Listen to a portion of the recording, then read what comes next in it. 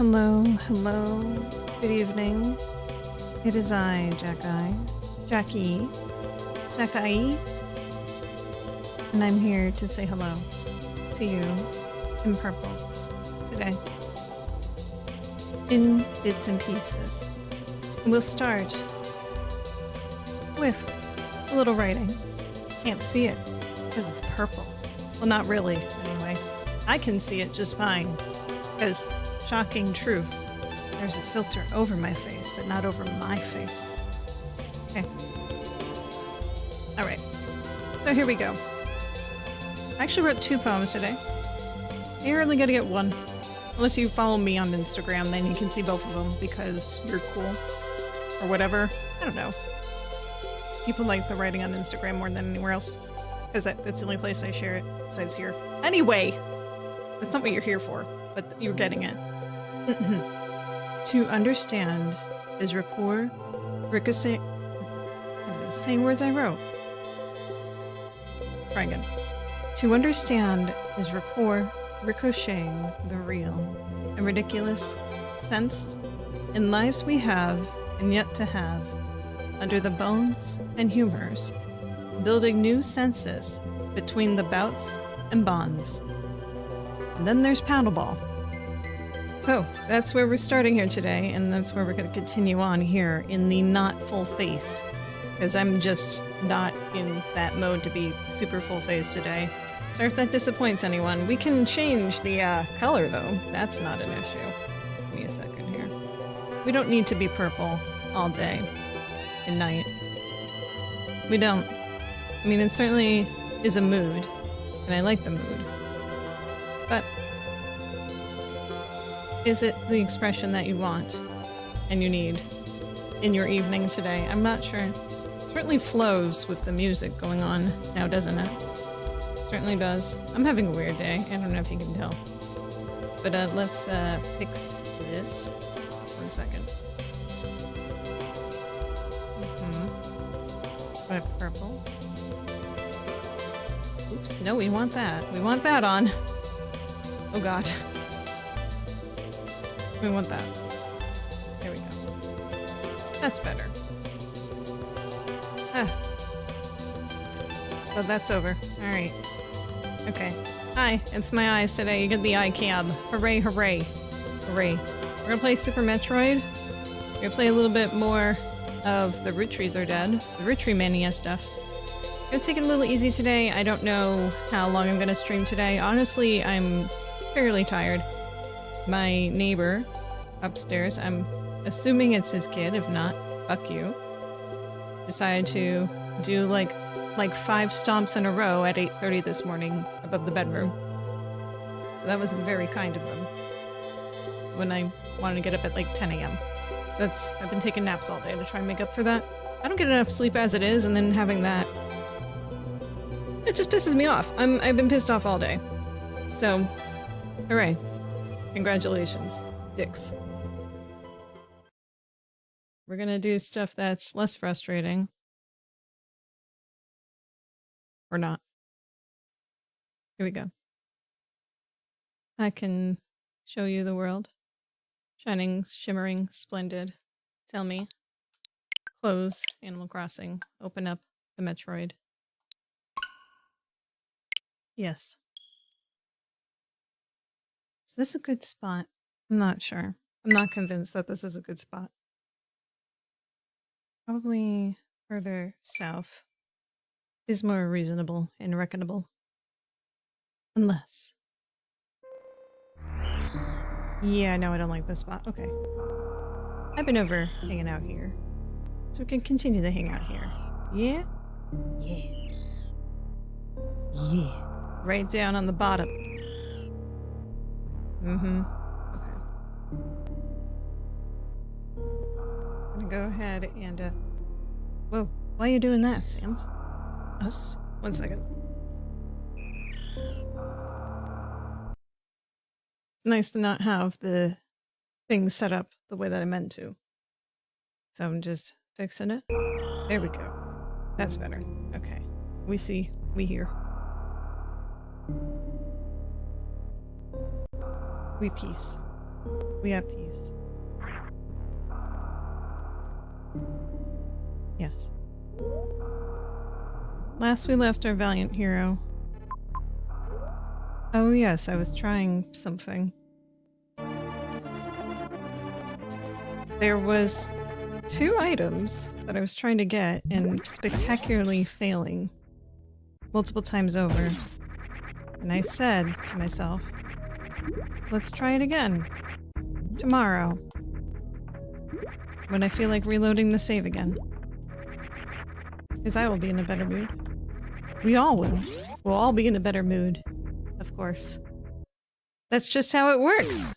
Naturally. Yeah. Okay. So I just need to be here. Go up. Not get hit by fish. Potentially. And Bob's me uncle. Perhaps Bob's your uncle too. Oops. Okay, let's continue on here.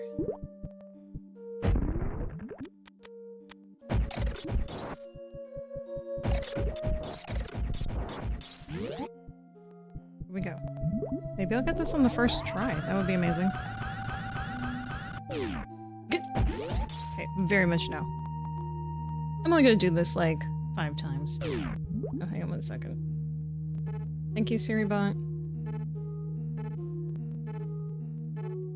Yep, ignore you. Thank you. Okay, continuing on. Good evening, Little Miss Eyes. 2 a.m. already. Oh god, Tommy. Thanks for joining. Little late for you. How are you? I could be in a better mood, to be quite honest. But you know what? I know that I'll feel in a better mood by the time the night ends, which is another reason to want to stream more. So, I'm here to have some fun, get frustrated by nonsense. I got it the 2nd try today! Oh my god! Yes! See? Told you! Better mood already. Tommy helped. Tommy helps. Thanks. Okay, so how do I get the other item? Oh, that was brilliant. It's probably this one. Oh, God. Yeah. You do not realize how many times I retried that yesterday. It's always like when you are less frustrated and then go back to try it again is when it works out. Oh, man. Okay, hang on.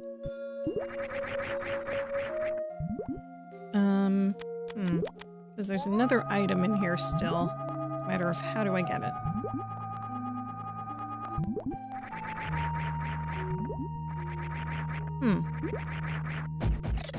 We'll figure it out. We're gonna figure it out. Wait a second.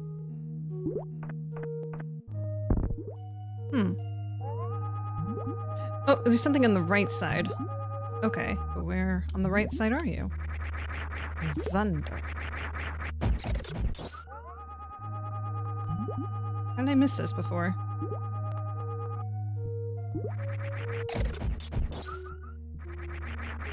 I just thought that it was a 2-pack thing. Do you want to talk about what's bringing down? Just try and forget about it. Kind of just want to forget about it, honestly. It's not really something that can be talked through anyway. It's just one of those things that just wants to be one of those things. Is life. Life likes the life. We can just chug it off. Just think of it like a really bad mood type of thing that you can't really control type of situation. So much you can do about it. So try not to worry too much about it. And just do stuff that can uplift you. Okay. Speaking of uplift, I mean, what am I supposed to be doing now? I don't know. Oh god. Maybe I'm supposed to be going to Criteria. Maybe that's where I'm supposed to go? I don't know how to get this other item. I don't know if that's going to be doable for me. It's pretty cool, though.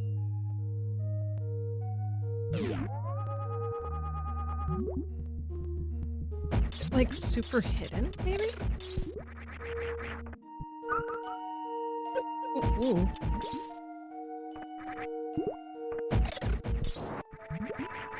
Besides, a public forum is not really a place for me to vent.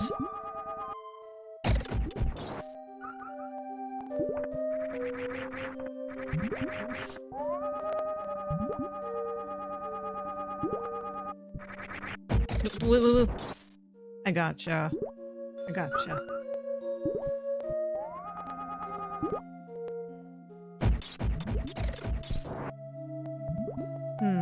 I missed all the platforms. Say no more, understand. Thank you. Thank you for your understanding. We appreciate your cooperation in this trying time. Thank you. Have a good day. Oh. Okay. Is there anything I can do? Anything I can do. What if it's just like something super hidden? Right?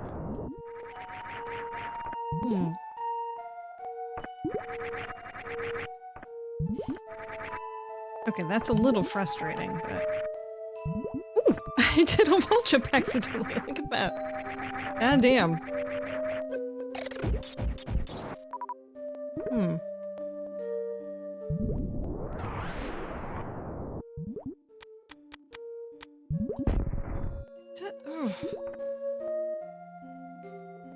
If it's away on the right side, you want to hear about my bad news? You got some bad news? I'm sorry. Apparently got a higher car. Mine is in the shop. Oh, I wasn't upsold on the added insurance, but I scratched it. Oof. Scratching a car isn't fun. My car... I have a lot of fun, happy accidents with my car. Not of my own volition. Just bad place, bad times. Usually when I have something bad happen to my car, it's when it's parked. So I unfortunately understand what you mean. And it's costly to fix these things. The problem is that I've had some really major dings as a result of this kind of bull crap people. And I had in a previous place that I lived, not now, that in the parking lot that I had to leave it in, which costs money to leave it in from the place I used to live, but that's a different story entirely. I've seen you driving. Well, you can't blame me if the car's already parked and I'm like asleep elsewhere. Can you? Please don't. Please don't. Don't upset me. But I would leave it like overnight, and one day it was just like I went over to my car and I was like, there's something weird about my car. What's going on with it?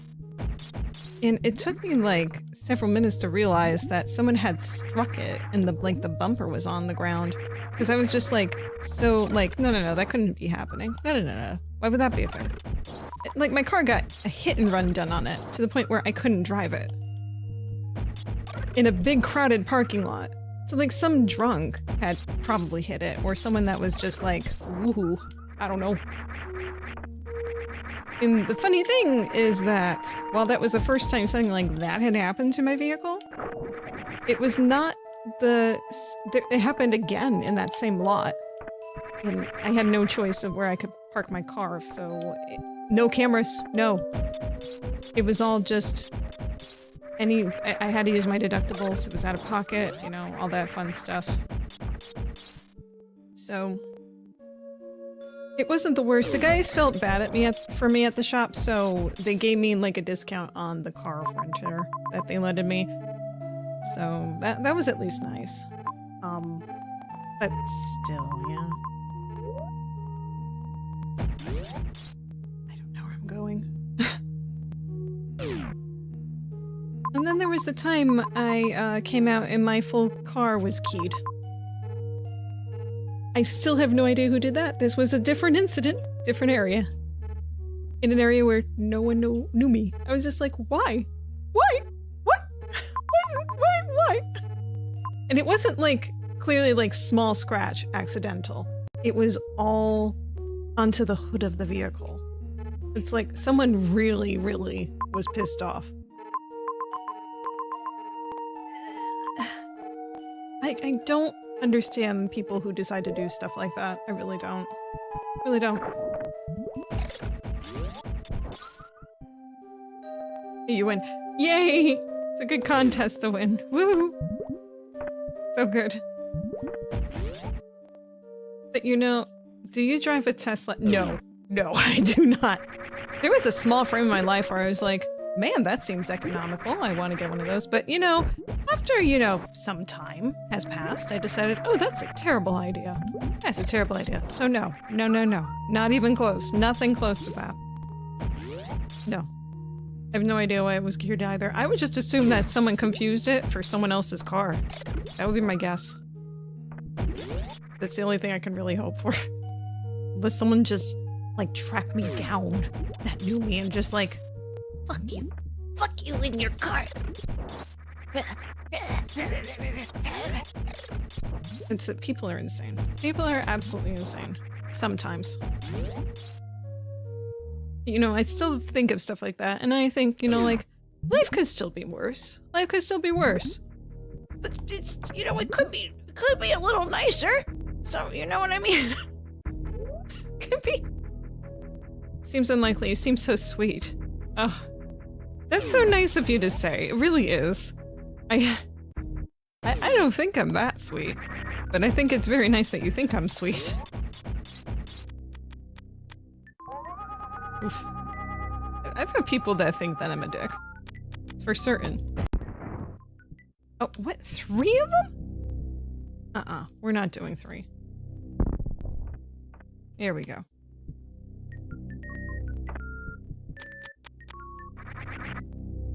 Wait, no, this is a dead end, isn't it? Still the weird thingy here. This is Meridia, there's a save, and oh yeah, this goes into no fair. Okay, we don't want to go to no fair. Fun little area though, isn't it? Okay. I don't know where I'm going at this point. I could go down the Norfair. I guess we can check really quickly. I'm not going all the way down. She can just jump in ball form, remember? Oh yeah, that's right, I don't have to bomb jump. Thanks, Indirect Hydrox. I completely forgot about that from yesterday. Thanks. But no, yeah. I am definitely can be a dick. And my sense of humor does not, you know, necessarily go with everyone else. And she can fly. She can fly, she can fly. Yes. Is there anywhere here? Oh right, there is... That's a boss down there. I don't know how to access that. And the only other thing that's I haven't accessed is that little tiny dot over here. But I think that there was something actually blocking the way. I don't know if that's really worth it. You can call me Moti. Thanks for the follow. Nice. Maybe 4 hours is the limit. First 2 hours you seem sweet, and after 4 hours quirky. After 5 you're a dick. Fortunately, you don't seem to stream that long. Yeah, that's true. That's true. Well, you know, I did stream during that Christmas marathon. That was over 5 hours. Just saying. It's circumstances and such. You don't want to talk to me while I'm doing my job. I hate the me that I am doing my job, honestly. Bunch of places on your maps that won't show up until you find them. That's true. That's true. I feel very lost as to what direction to start in right now is the issue. So, oh, right! Okay, so there's that long area. Long area. And that small dot over to the left. Oh, and there's one that's not finished up there. I think I should go up there. Yeah. Oh, thanks. Thanks for the follow, thanks.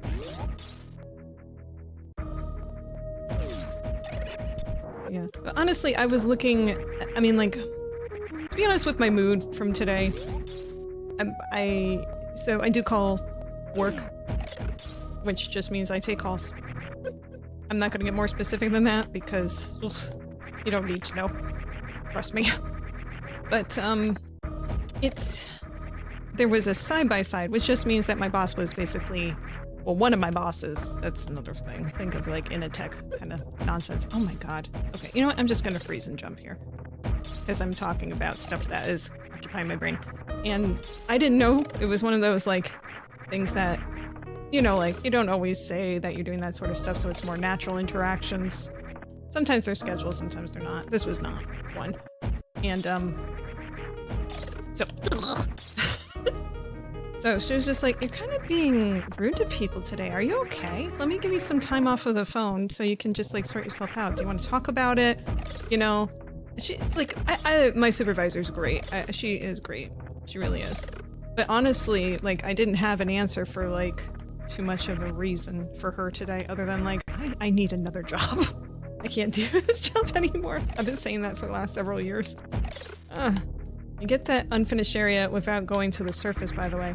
Really? Okay. Well, that's good. So I could probably go around somewhere. Excellent. So, after work today, I was looking a little bit at potential other jobs. Not something specific, just in general, which is usually how that goes. Ugh.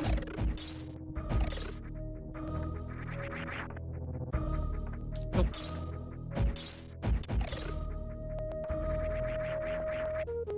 Okay, thank goodness. Okay. Whew.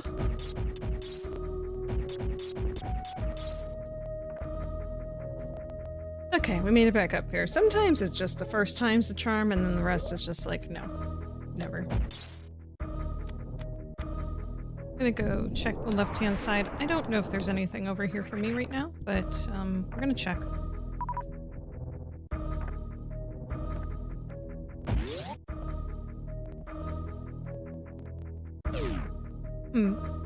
Wait. I feel pretty confident that I don't need to go this way. Because I already backtracked here fairly recently. Hopefully my assumption is correct, as I'm just gonna turn around.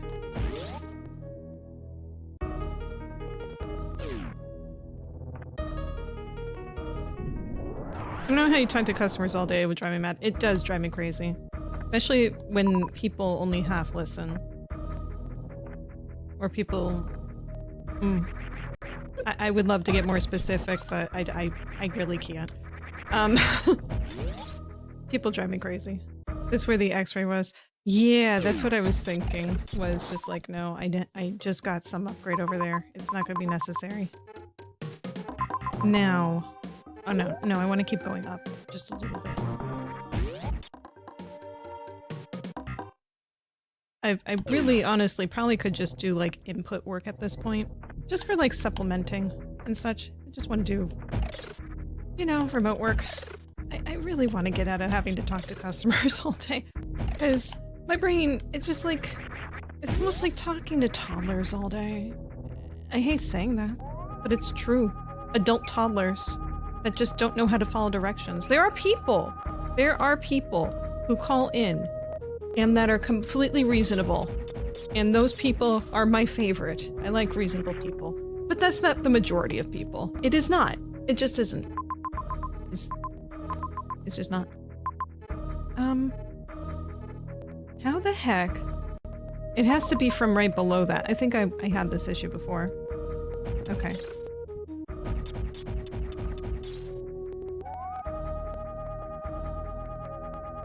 Okay. Wait, why does that break? Hold up. It's just the platform. That's weird. Huh. Oh, it must have collapsed in a previous thing. That's right. I'm remembering now. Holidays.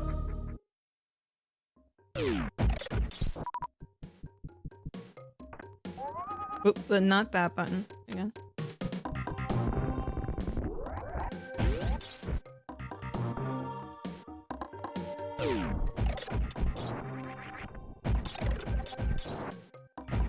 Wait, this is a... Oh, it does open. Why did I think this was not openable? Weird. Okay.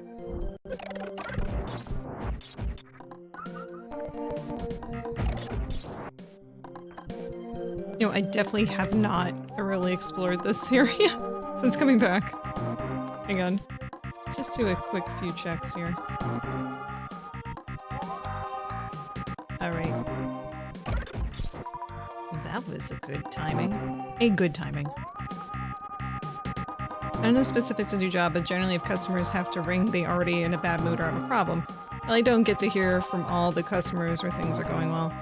Yeah, that's true. I mean, you're calling for, you know, assistance, they need help.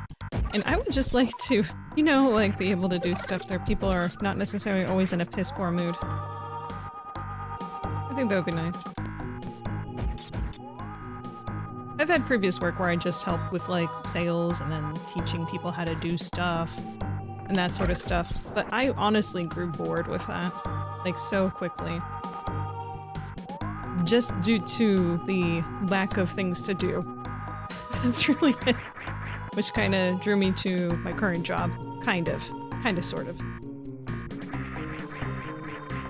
Hang on. Wait, hang on. Look. There we go.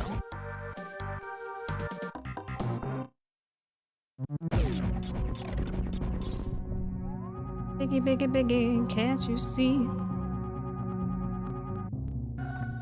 Have you got something to look forward to in the next couple of weeks? A Giga event? D&D night? Or a new recipe you want to try? I'm going to go down to the city this weekend and do something, so that'll be fun. New York City. There's a fake pipe in here. There's a fake pipe in here? Oh, probably the other room. I'm guessing. Ah, there we go. I think this is where I want to go. Maybe. Yeah. Yeah, this is where I want to go. Okay. Oh, one of these? Oh. Yeah. There's always something. It's just a matter of making things... Oh, I forgot you could do that. That's so fun. I think that, honestly, the one thing I'm looking forward most to right now is being able to beat this game. That's just... I know that maybe that sounds stupid to you, but it's a long time coming. And I'm pretty excited to do that. So, there's that. Let's see here.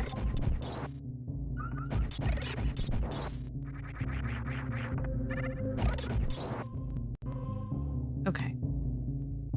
Oh, that's right. There was something here. And I couldn't go up this last time. That's right. Okay. What was... Was this a super bomb? It was a super bomb. Okay.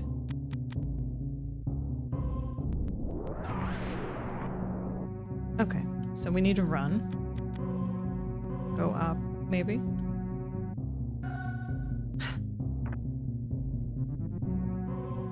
Doesn't sound stupid. Well, that's nice of you to say. Thank you.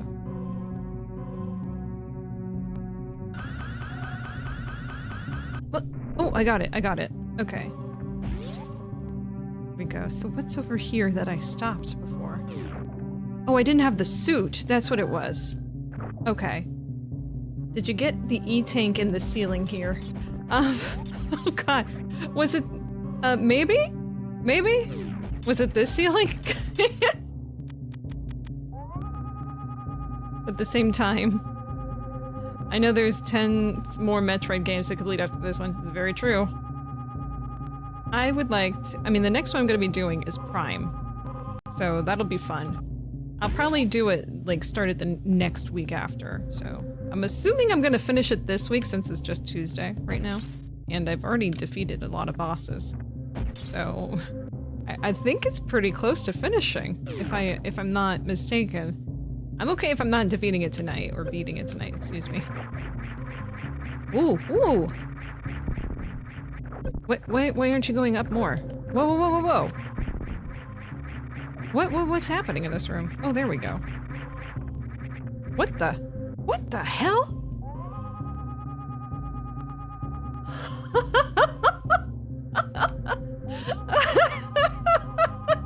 That's amazing! That is so amazing.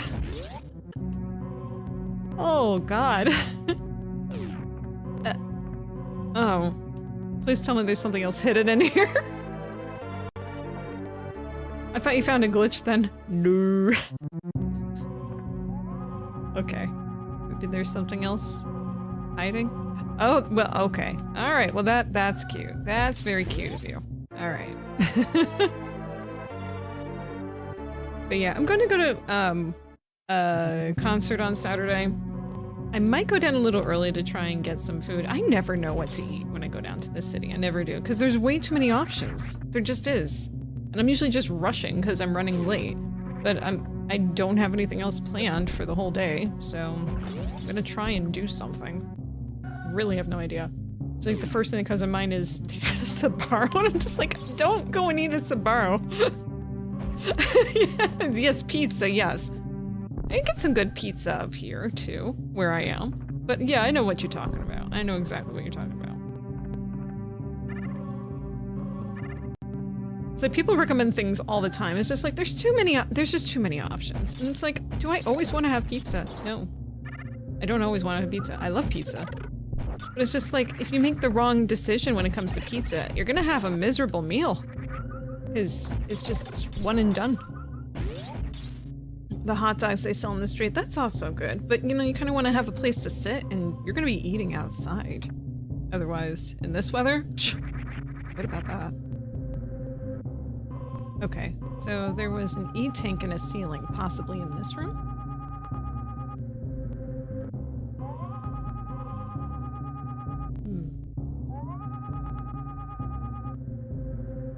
Or maybe not. Maybe it was in a prior room.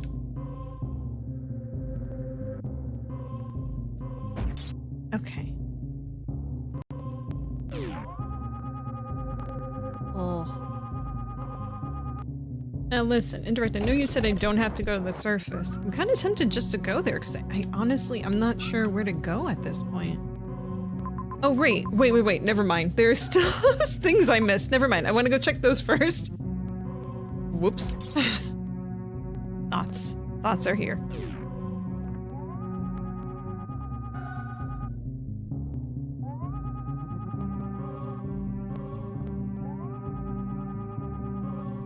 Okay.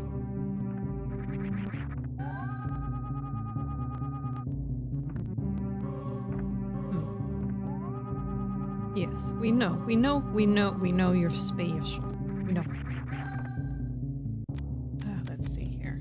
Had an argument with an old girlfriend, took to New York because we did stuff she wanted to in the day, so long as we ate where I wanted to eat in the evening. What? Okay. We did the stuff she wanted to do in the day, as long as we ate in the evening. Okay, that seems somewhat reasonable. I mean, like, you have, like, I want to do this, and then I want to do Y, and just make it work. Right? That seems fair. You know, like... And where I wanted to eat was Texas-style steakhouse, but we couldn't find one. Yeah. Yeah, that's a little difficult. I'll tell you something. There was someone that I went on a date like years and years ago in the city, and I didn't tell the dude. I mean, like, I said, like, yeah, I'm open to eat anything, because I was trying not to be picky with food, and I'm still not that picky when it comes to food. I really am. I used to be as a kid, like, really terrible. But, like, the one thing I'm just, like, always have a hard time finding food that I like at is, like, a barbecue house. But yeah, we did a few other things, including went to go see a fucking hilarious movie, which we were not expecting to be funny. We just picked a movie to try and make fun of, so that was fun. And the dude was like, yeah, I know this great place. And I'm like, okay, cool. And it was a barbecue house. And I was like, shit. I did not tell him shit about me not liking that, even while we were eating there. I was just like, he was just like, yeah, it's a food. I'm like, yeah, it's fine, you know, like for barbecue, I'm sure it's good. And he's like, what do you mean by that? I'm like, it's not really my thing. He's like, why didn't you say anything? And I'm like, I wasn't trying to be difficult, you know? And he was so excited, you know what I mean? I didn't want to burst his bubble. How can I do that to him? It's like, I really love this place. It's so good, blah, blah, blah. And I'm like, okay, yeah, sure, whatever. You know what I mean? You see the light in someone's eye and like, okay, we'll do that. That's what it was. You should go to the surface. There's stuff there. Just don't need to go there to get the missiles you just picked up. Oh, okay. Alright, so going up to the surface would be good. I just sounded this guy. I want to go to him. He was a really chill dude. You know. Hung out for a bit. Oh, ooh. Oh, I've been here. Been here, done that. I don't know why I just decided to do that. Hey, that's not something I did before. For certain. Let's go. But yeah, that movie, really good. At that time, there were 2 movies out that we were debating on seeing to make fun of. Because I'm one of those people that just loves looking at terrible movies, because I feel like that gives you something more to talk about than something that's necessarily a good movie. Though good movies definitely hold their place in society, without any doubt. But the decision was between Pluto Nash and Casa de Mi Padre, which is with Will Ferrell, and pretty much no one has ever seen that movie or heard of it. Casa de Mi Padre was the decision, and it's still one of my favorite films to this day, because it's just so funny. I quote it a lot, even though it's all in Spanish, and I had no idea Will Ferrell could speak Spanish. Yes, he can. He can. At least enough for a movie. Can I go under there? I don't know if I can. Let's see. Yo no sé. Really I have that song on my playlist. It's so stupid. I've never seen Western films. I've never seen Spanish Western films, but I feel like I know them very well after having seen that film a number of times. It's so funny. It's so funny. Because it does it's one of those make fun of all the tropes movies.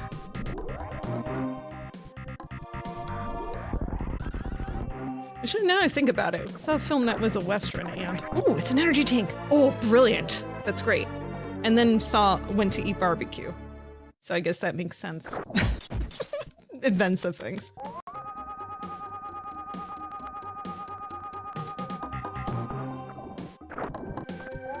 Oof. Go. Keep going. Keep going.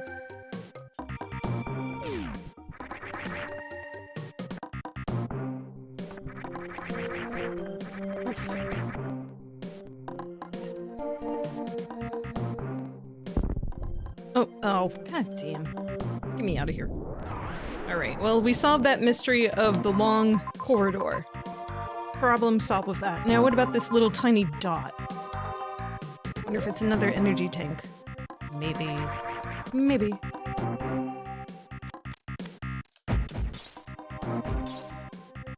Oh, great. Hang on. We can just do one of these, right? Brilliant. Brilliant. Brilliant. I'm a little basketball. Oh, a little basketball that couldn't. Okay. I don't remember this place being as dusty as it is. Was it this dusty or was it green before? It's like almost volcanic ash. I could just be misremembering this area.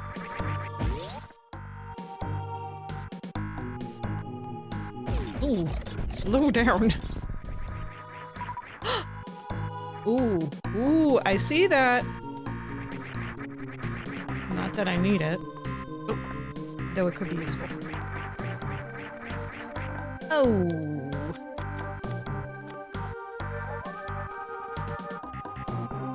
Oh, well, we don't want that. Unless there wasn't... No, there wasn't anything over there. Okay. Let's check something real quick here. I'm gonna get on top of it.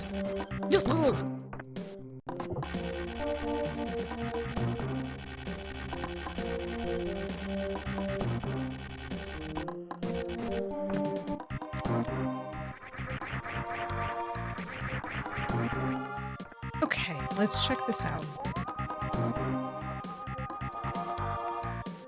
Yeah, there's no way I can open it from this side, I don't think. Oh, okay. Never mind, I lied to myself. There you go. Okay. So then. Howdy. Energy drink! Yes! Oh, brilliant, brilliant, brilliant. Okay. Oh, see? Mood is so lifted here. Okay. Go.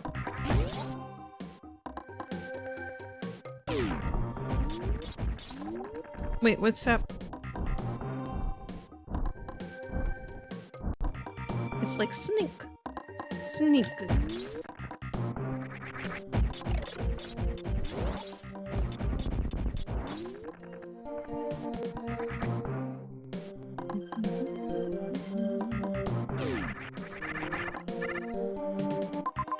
Okay.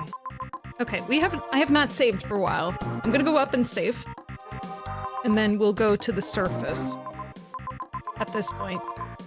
I guess from the left-hand side will be the easiest.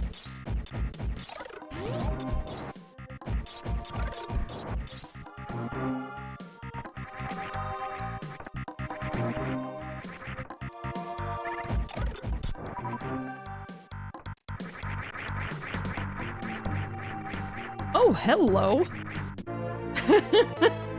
Everything's just coming easier. My eyes are just being very dry right now. You see water coming out of it, it's because of that. Just dry.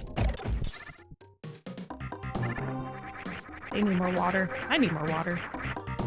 Ever since I started taking more in the iron supplements, like I should have been, I'm realizing how dehydrated I've been. It's not a good look for anyone.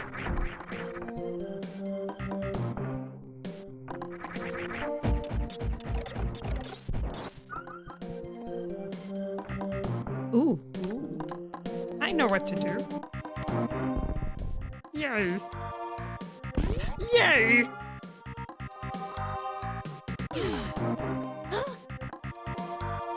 Yay. Would you like to save? Yes. Yes, please. Thank you.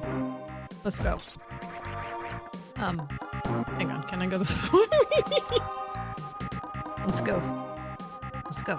Let's go. Run, run, run, run, run. I would just like for her to run in place, you know what I mean? Just for my stupid jokes. There's more stuff next to where you got those last missiles. Oh, really? Ooh. I should take a look more then, huh? Okay. Well, before we do that, since I did not scan this. Scan, scan, scan. Scanning complete. Nothing found. Okay.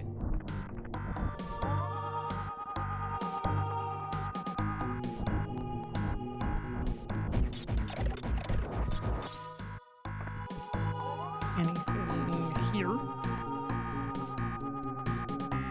Okay. No. Alright, back to the missile area.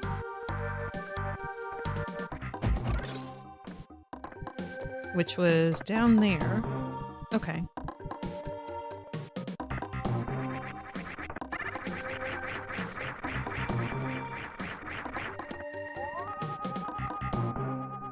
Aha! You are the expert, Mark. Or indirect. I could just tell you the total number of missiles that are in the game if you're curious. I might as well. There's no way I'm getting all of them. But I am curious.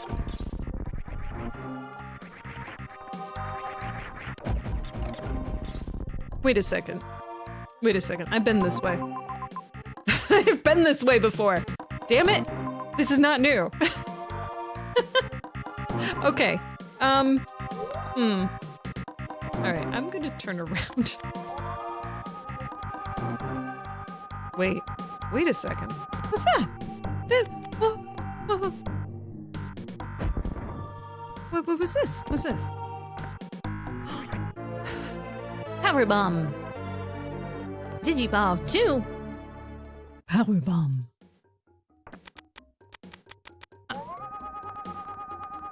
Oh, I see that. I see you. How do I... Okay. Easy enough.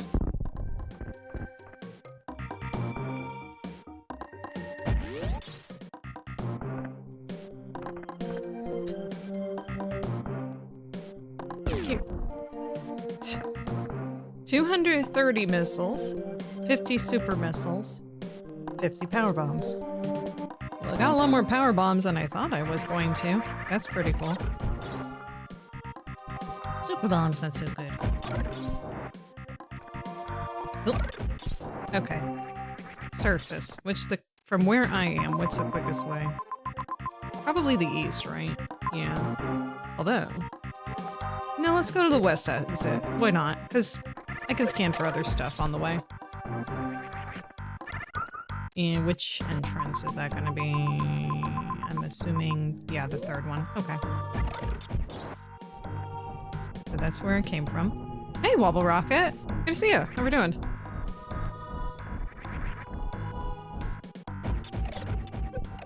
Ooh. Oh, swivel. Hi, Jacki Eyes. Jacki Eyes. One look at me and you can't disguise their eyes. Hi.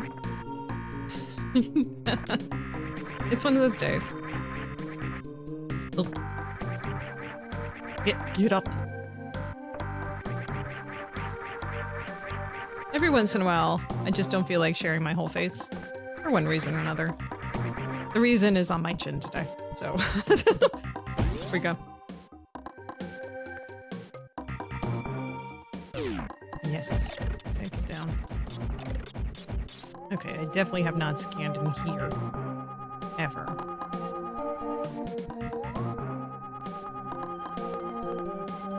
There we go.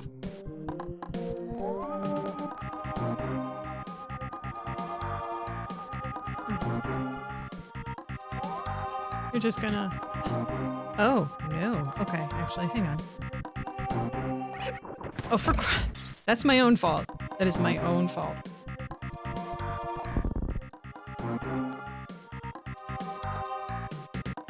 I didn't want to do that. And yet, I said, oh, that seems like the idea to do. That seems like a good idea. I could just go back up. Whatever works, I'm just getting home from my book club. Gonna lurk while I get dinner. Enjoy. What was the book you read? Was it a non-fiction, fiction, autobiography? Your own book? Dictionary. Reference guide. Ooh, player's guide. Was it the Super Metroid player's guide? That would be very helpful. You know, I mean, it could be something else, right? Maybe not. Oh, you bastards! Oh! Bastards. Alright, we're gonna have to keep going. No idea, because I didn't read it this month? Wonderful.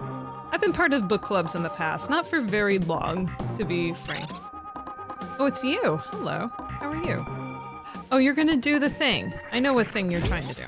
Hang on. I got this. Next one is Project Hail Mary by Andy Weir. Ooh, fancy. That name definitely sounds familiar. Has that person written anything else? The last book club that I tried to be a part of just was a very local, very, very local book club for someplace I used to live. And it was a bunch of older women, which nothing wrong with that. Nothing at all wrong with that. But there was one lady in particular who was very particular about her opinion and how everyone else's opinions were not valid. So I didn't like that. So I didn't continue going to that book club. Oh, he wrote The Martian! Oh, that's why. I never ended up reading it, but I wanted to. Perhaps I'll do the audiobook someday. You know, ones that are scientifically heavy, I gotta do audiobook versions of. Just gotta. Because otherwise it goes one ear out the other. Although technically when you're doing an audiobook, that's gonna happen anyway. Because it's audio. Can I go left? Is that something I can actually do here? What's happening? Oh no. I have a feeling that I'm just gonna fall down again, aren't I? Ugh. Unless, wait a second, can I just... Hang on. Maybe I don't have to run. What would happen if one were to release the Shine Spark Ostrich into the rest of the planet? I wonder. I wonder. There we go. We don't have to run into this. I don't know why I thought I had to run.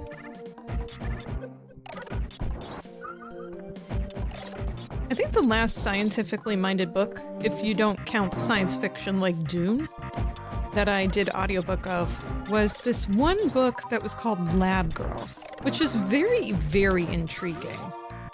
Now, you have to be like particular with books that you like. I would definitely say it's not The Martian. Straight up. Even though I haven't read The Martian, 100% it's not The Martian. I can tell you that for certain. It's a very, very scientifically minded book, but it's heavy, heavy in the poetry area. It's very poetic. It's not poetry, but it's poetic in its writing. Very, very autobiographical type of stuff that talks about, you know, plant life and such.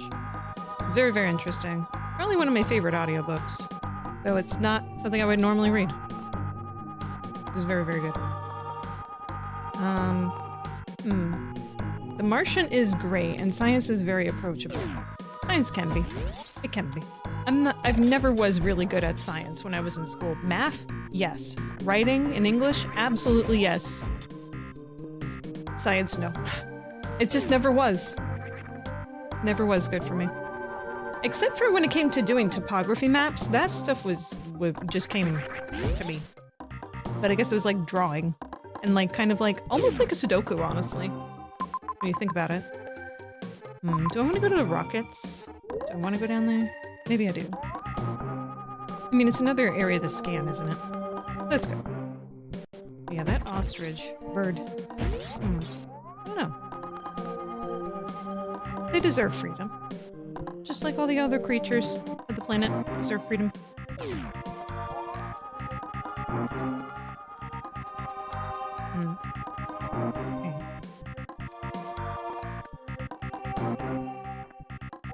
Well, why am I scanning the platforms? There's not going to be anything in them.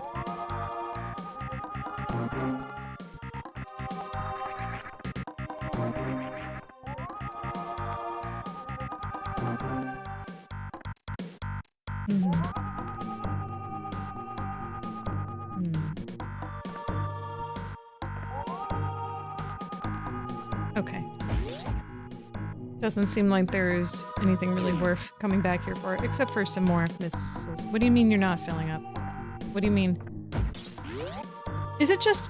No fucking way. Is it just for these? It's just for those. You don't reload any of the other ones. Oh, you... if I knew that, I wouldn't have bothered.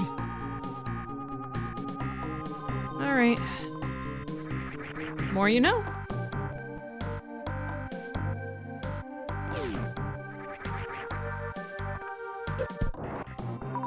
What was the last audiobook I read? Actually. It's been a while. Oh, you know, Dracula. Dracula was the last audiobook I read. Because I was in the mood and it was Halloween stuff. It wasn't this past year, but the year before. And I said, like, yeah, give me some of that. Because I want to know what happens in the book. And it's different than most of the movie renditions. A decent amount. I would say it's somewhat close to the Helsing movies, except less action-y, if that makes any sense. Yeah, there we go.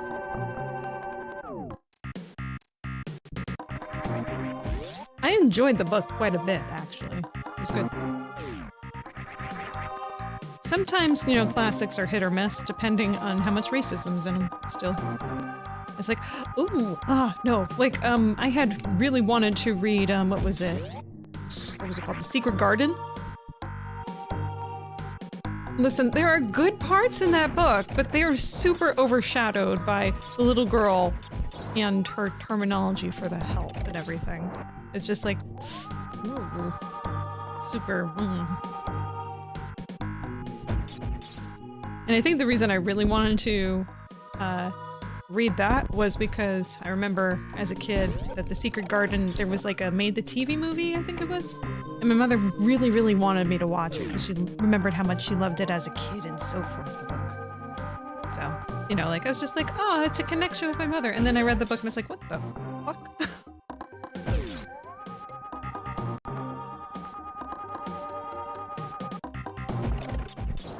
It's like, this is not the connection I wanted.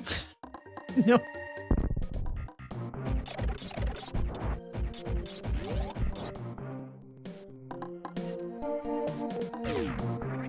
Hmm.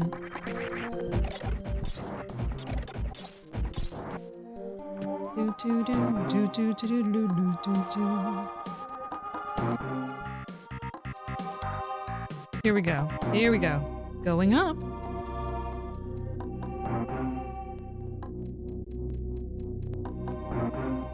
Should we be concerned that she's flashing going up? Is this like a transporter in the sense of Star Trek transporter where they break your body up into millions of atoms?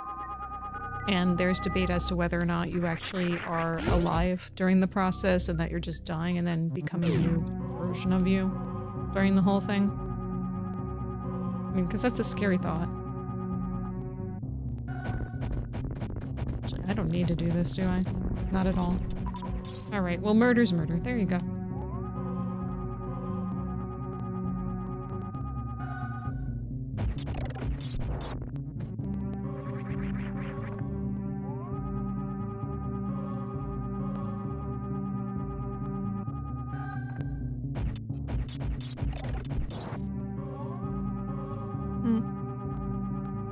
Okay, seems like this is just scenery. Okay.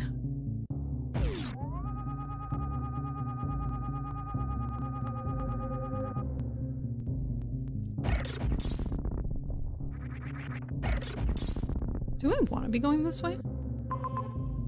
Yes. Wait, there's stuff going down here. Uh-oh. If I go to the ship, does it recharge all of my missiles, including the super ones?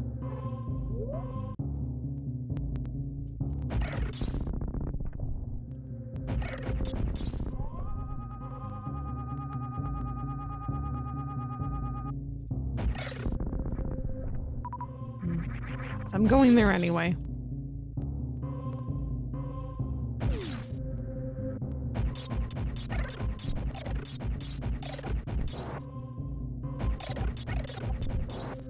Oh, I could just be running. Yay!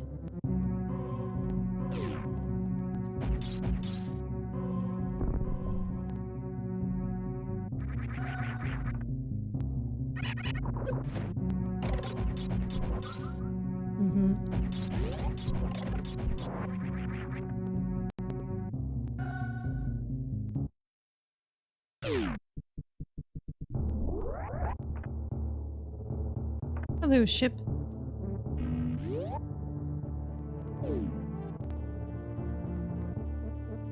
Ship recharges everything. Should scan the ceiling in the pirate room.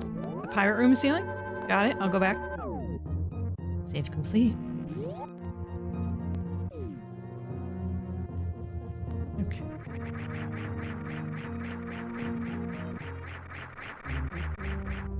No, no! Wait, is there anything hidden out here?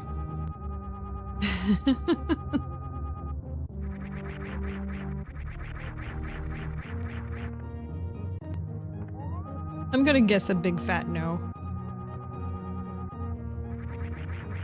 But map go pink. There we go. Isn't that nice? That feels nice.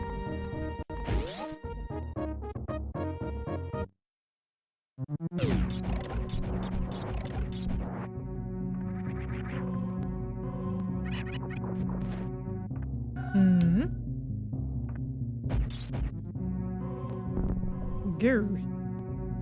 Gear. Wait, no, I gotta run here. This isn't the pirate room.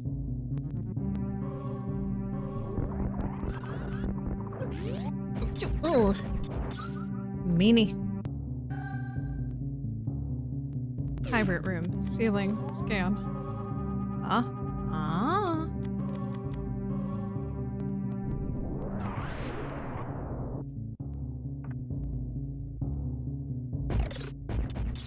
Oh, these mothers. I didn't mean to do that one. That's fine. That's fine. Okay.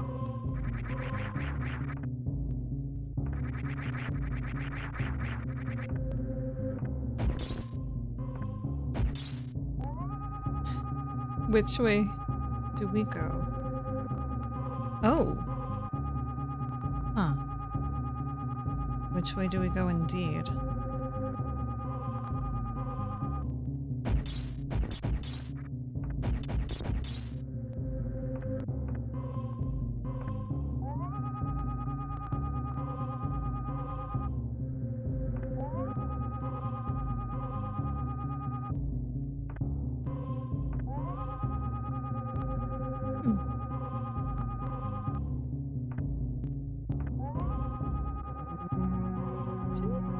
But... Huh. Yeah, there's that big area. From above. Above it? How in the world do I get above it?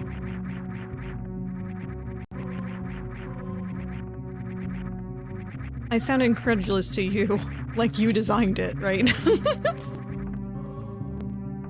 Hydrox, how could you do this to me? How could you?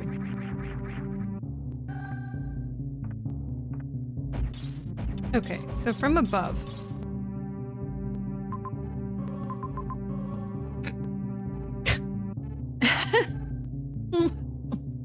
What? Why? Why? Why this thing? Why is this a thing? Why? Why?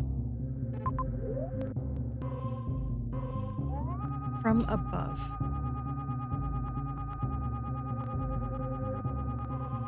Not the side. So, I should be going to a different room to get in here? Is my presumption at this point? Oh boy. Okay.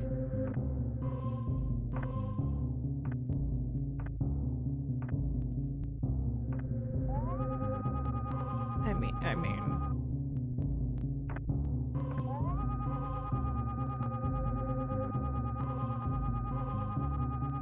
Which says to me either a room from the left or the hallway. Oh god. Okay, well let's check. Left.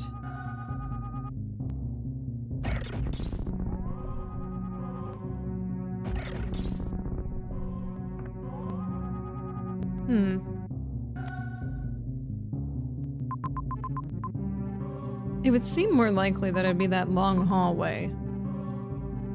Though it's not impossible, it's this hallway to the left here. Jeez. Well, I always say, reward exploring. And this certainly does do that.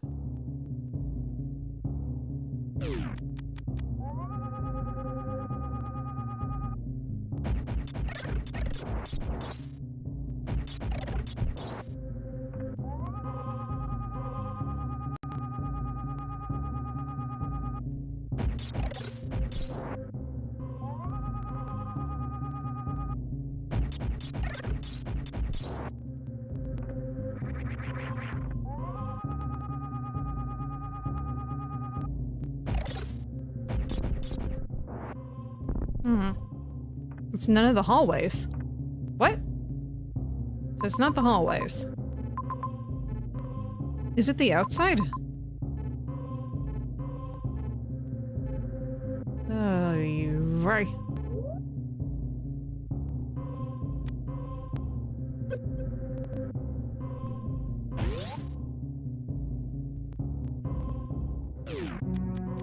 Well, I don't consider this a hallway.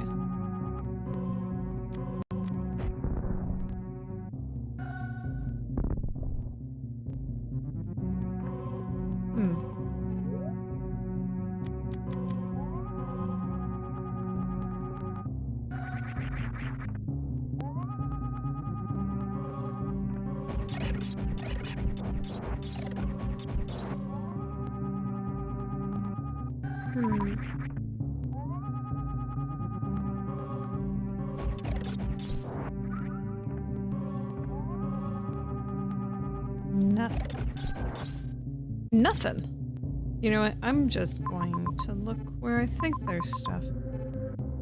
Like this little dead end. That is not a dead end, rather. That was me misspeaking. Below the save point. I'm gonna check that out. Hello, Jacki Eyes. Hello, Backtails. Blacktails even. Good to see you. Or good to hear you.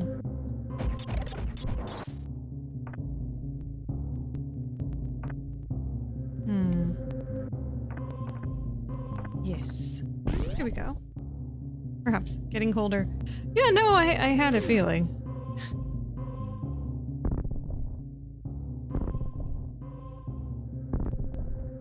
Oh, that's not the way I want to go for that. But since I'm here... Oh. Fun. Oh, I didn't have to do all that, then.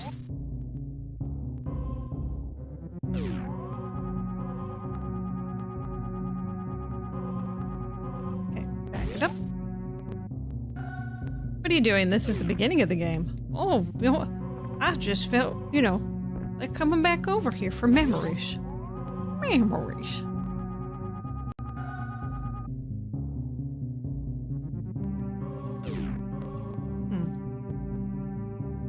How did I get over there before? Well, it must have been from the left-hand side. Oh, that's great. So I gotta go around. My wedge. Another good movie.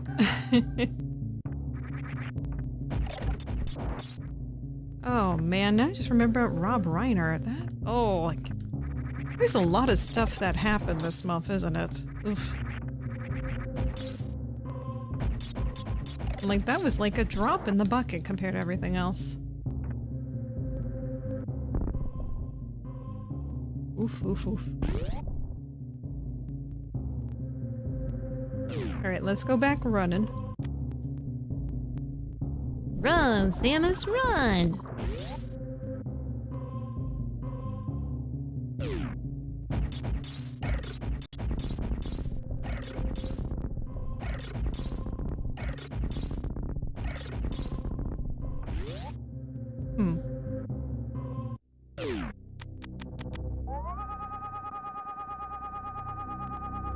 Oh wait, I remember what was supposed to be over here. Oh. It's quiet. You finish the book eventually. I've never pulled up Princess Bride. We're just talking about books. You ever read The Martian? I haven't, but I've seen the movie. Okay, so this is fulfilled. Cool. The Martian. Why is this glowing? But, okay, so no, I didn't defeat Ridley. Where the hell's Ridley?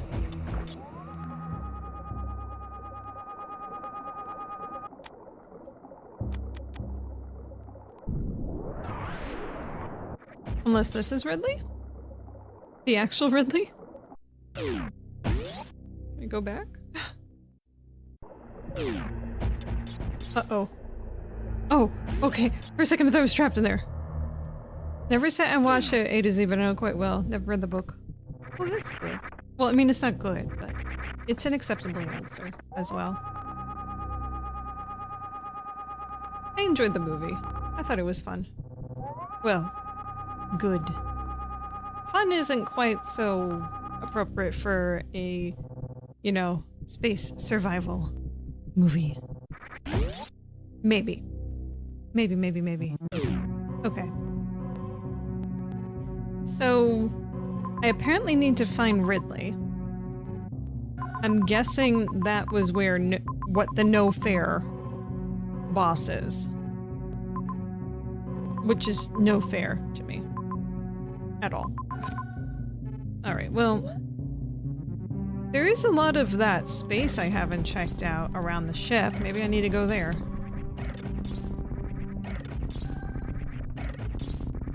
I mean, what's the harm in going there, right?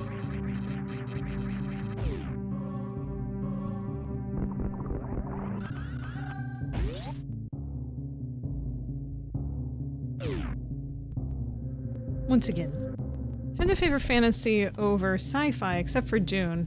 Well, 6 good Dune books, really. 6, huh? I've only read the one. It's such a slow burn, that series. Well, the book. The first book. It's good. It's a good burn, but it's still burning.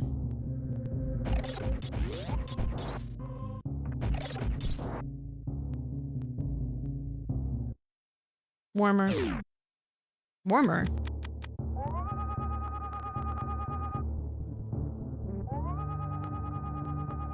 Oh dear.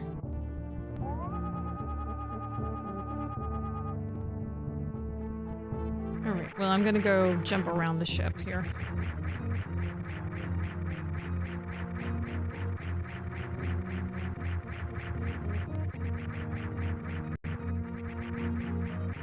No, oh, ugh.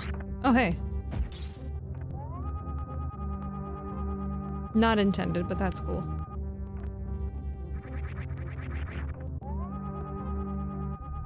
It's a crapload of extended universe drone books written by the Sun that I highly dislike. Well, you're entitled to your opinion of disliking the Sun as a whole. Which I'm sure is exactly the message you meant to procure from that. Like, sometimes power bombs are more useful than X-rays since you can use them to investigate midair. Oh. That sounds like you're giving me a clue. Oh, hello.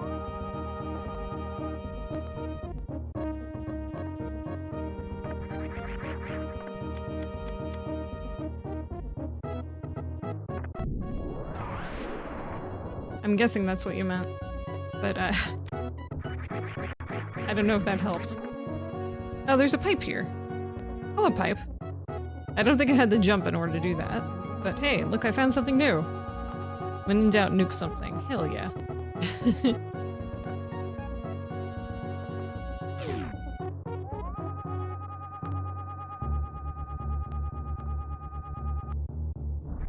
Oh, hello.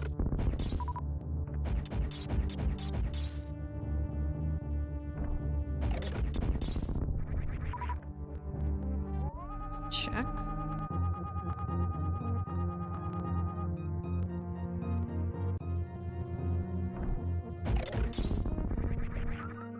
Oh?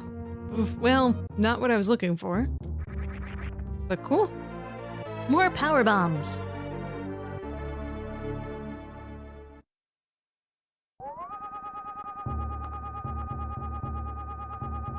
Yay. Woo.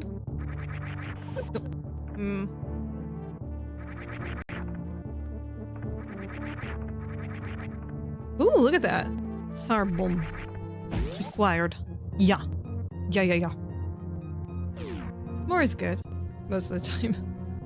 Well, depending. Okay, so there's the wrecked ship over on the east side as well to take a look into. Maybe. Maybe? I'm definitely moving a lot further away from this. I don't know. I don't know.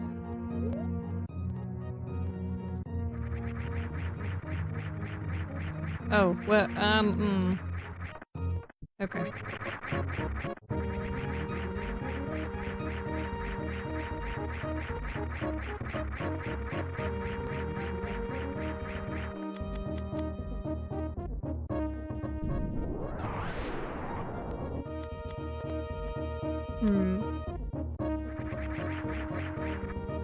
No.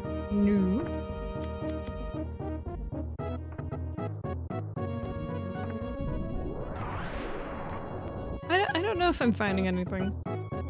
I think I'm just gonna keep exploring. Warmer. In this area. Okay.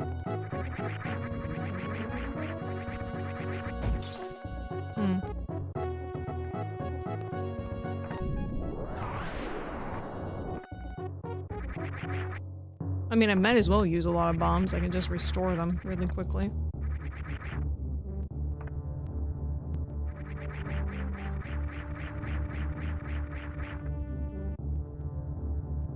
Oh, whoa! I found it! Hey! Baby, I got your money, don't you worry. Hey!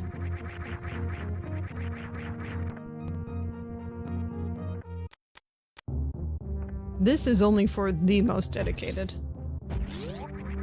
And the guided. Oh, yikes. From the ceiling? Get the hell out of here. Oh, get the hell out of here.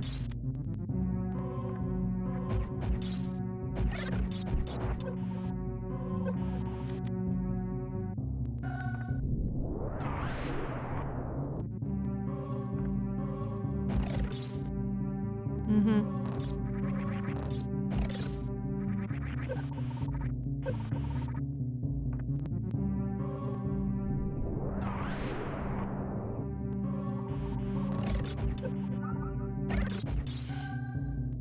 I didn't mean to do that, but sure.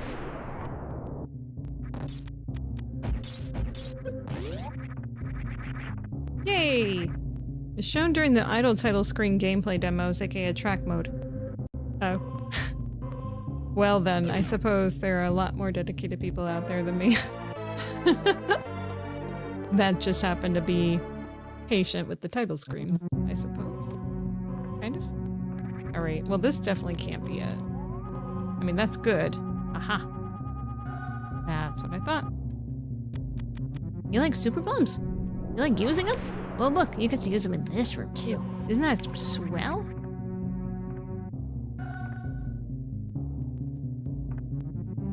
Hmm.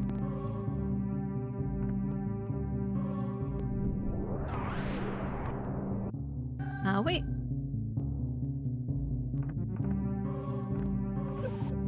Look, you. Come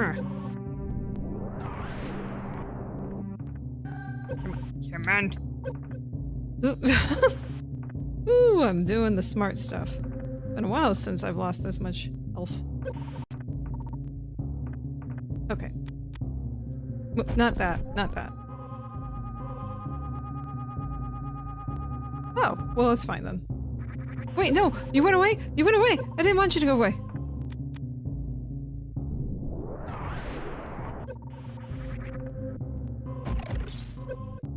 Oh, you farmland.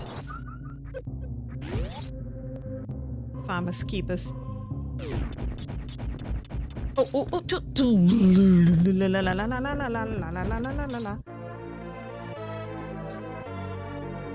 Scared me. I hope I didn't miss anything up there.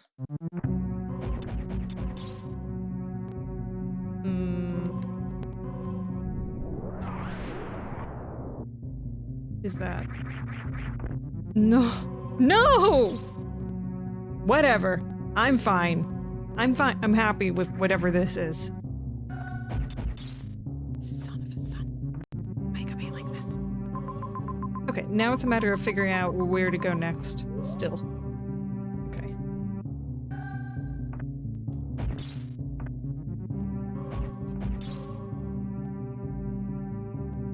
Oops. But yes. Are you though? Yes. I am totally okay. 6 card. So okay. You okay? We okay. We're all okay here. We really want to be. We really believe it. We're all okay here.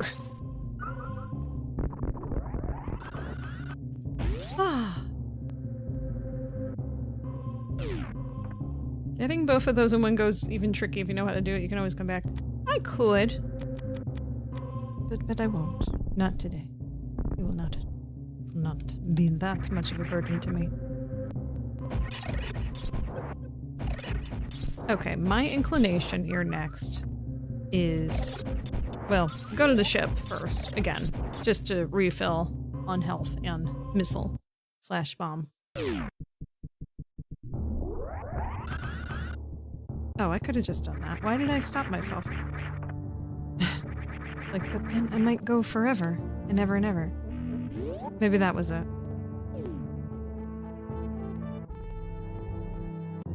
Would you like to save your game? I sure hell as well. Thank you. Save completed. We'll go a little bit further. Not too much, because it is 10. And then we'll do a switch. Okay. Turn. Okay. So... Oh, I got all this. Okay.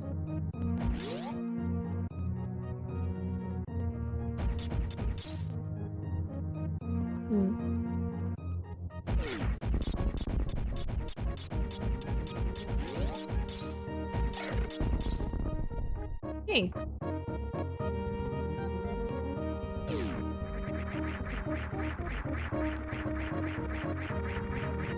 Easy peasy. Now, time to explore that which is pink.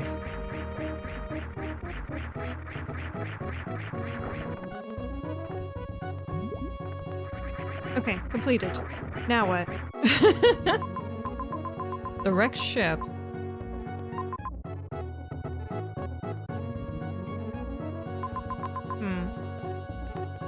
There's only one thing that I know for certain I didn't explore outside of this small bit of blue.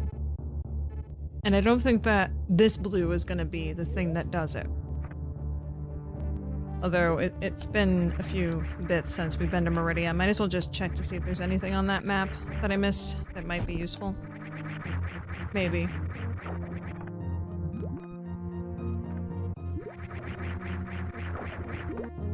Bottom left wall, this room, hidden missile pack. This whole big area? Okay.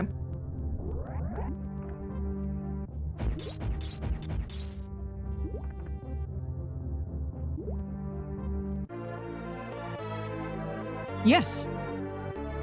Confirmed. All right, let's go.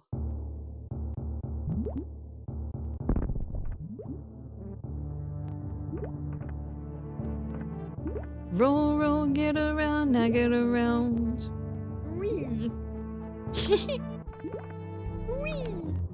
Alright, let's get back up.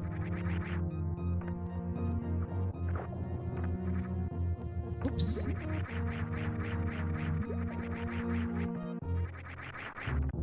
Samus is pretty cool. Alright, is there anything here that I need? I'm inclined to say no. I know there's more to it than this, but...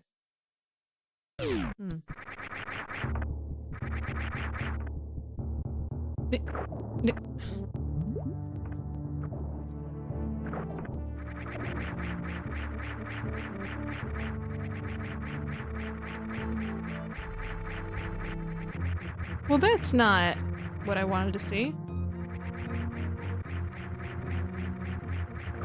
Is there no way for me to cheat to go through this area? Damn.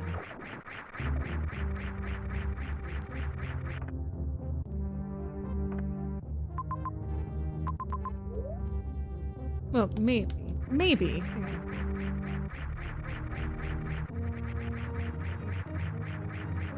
I'm inclined to say no. Okay. I think I just need to go down to no fair again. I think that's the only thing. Maybe.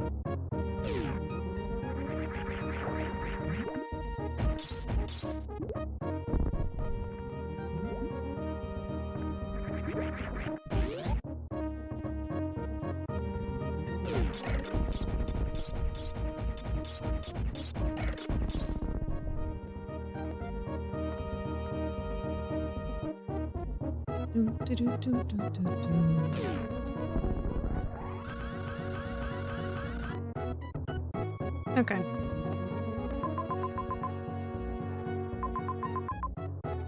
Wait. There's a pipe down there? The Bryn Star. How did I miss that?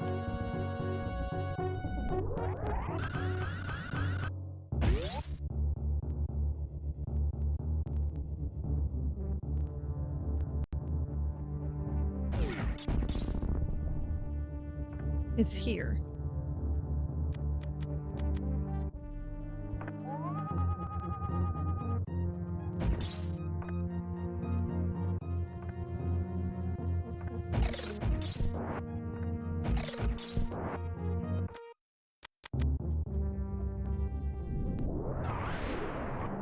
Yay.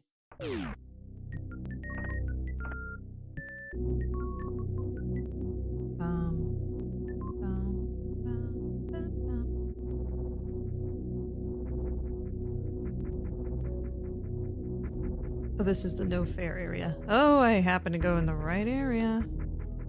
Hooray. Well, we're going to no fair anyway.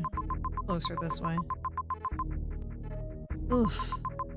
Okay, this is what we're gonna do. We're gonna save.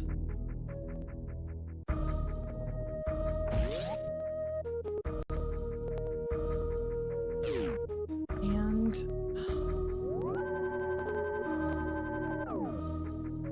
I think... yeah, I think we're gonna leave it there for right now, because the only other plan right now is let's go walk down the North Fair. We can do that tomorrow. That's not a big deal. This whole area, I'm assuming, you know, minus hidden stuff that I haven't found, is pretty complete otherwise. So I'm pretty cool with that. And maybe there's something where the old boss was. There's some stuff hidden. I don't know. I don't know if it's worth going back there. But we'll continue this tomorrow. In the meantime, we're going to take a quick break. And when I will be back, when I return, rather, we're going to go into some other stuff. Mostly Roottremania. So don't go too far so you can enjoy some Roottree madness.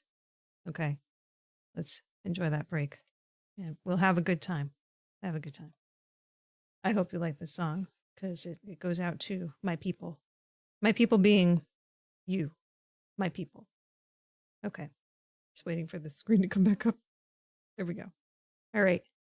Ready? Steady. 3, 2, 1, and go. Thank you. Thank you. Thank you. Welcome back. That was I Feel Fine by Darker My Love. Now that is a very, very old album. And that's the wrong one. Oh, that's a butt. Here, let's just do this one here. A very old album. By very old, I mean it's 2006. And at some point I've heard that whole album. It's been quite a while. That one song in particular, though, has always stuck out in my mind. Wow. How long has that been like that? Can you tell I didn't look in a mirror on my break? Wow. But yeah, I've never fully, completely known what they're saying. You try looking up the lyrics to that song, you get something completely different than what's happening. I feel attacked. You're welcome. Mischief, did you want to come up on my lap? Because I think she wants to come hang out. She's been sitting on the couch, just chilling out, relaxing, feeling all cool, shooting some b-ball outside of her school. When a couple of guys who are up to no good started making trouble in the neighborhood. Got one little fight and her mom got scared. Not me. You want to come up? Yeah, come on up.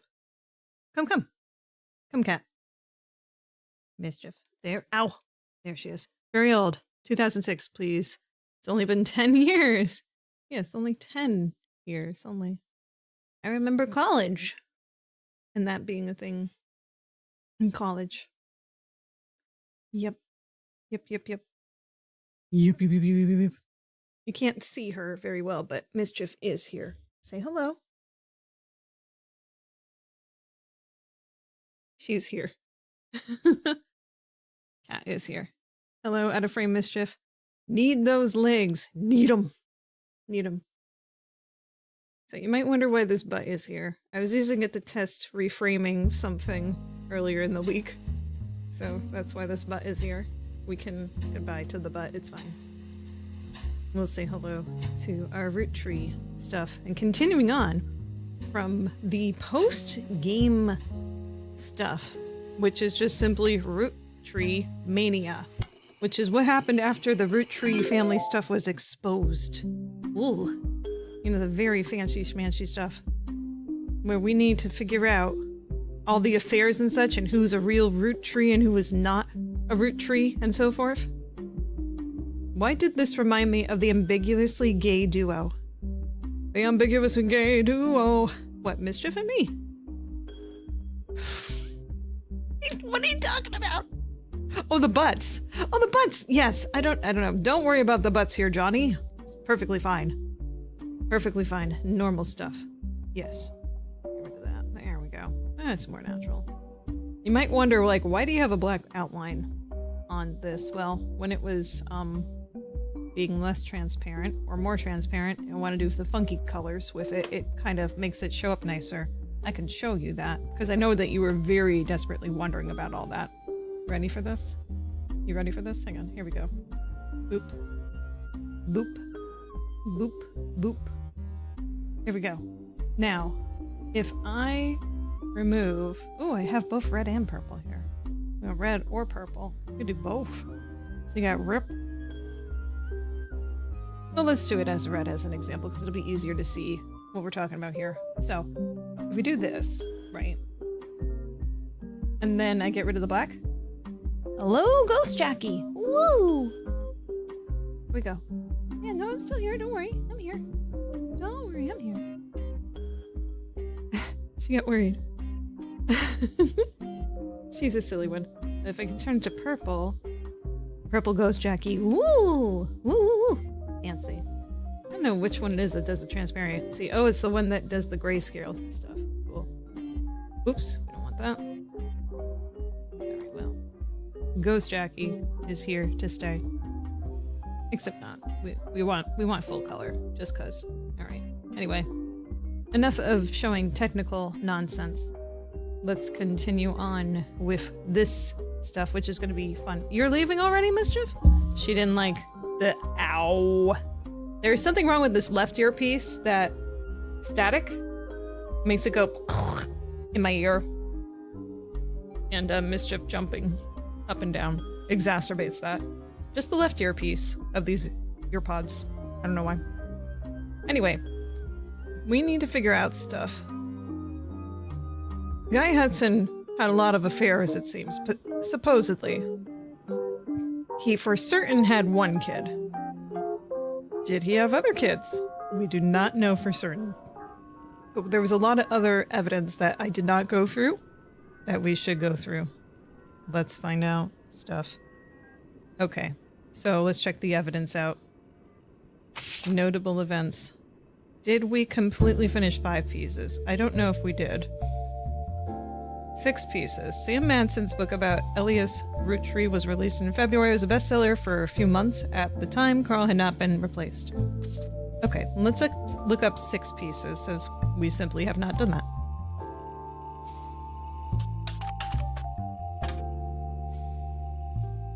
Six Pieces Unwrapping America's Sweetest Family by Sam Madsen was released in early 1999. Ooh. Prince was partying at this time. Perhaps assisted by the still relatively recent plane crash shot to the top of the charts. Reviews were mixed and its time on the bestsellers list was limited to only 2 months. Most reviewers...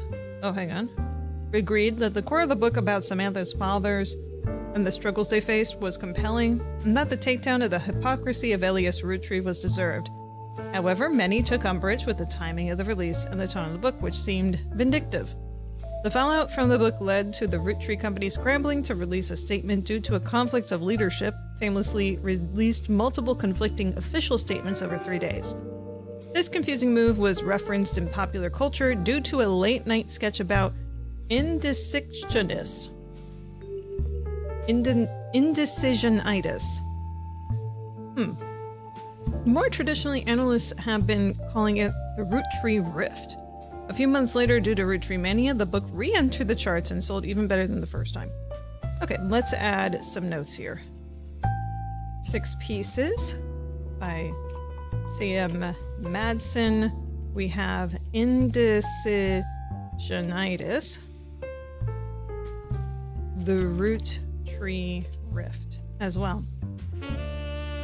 Okay, so we'll save that. Oh, let's put the full title in.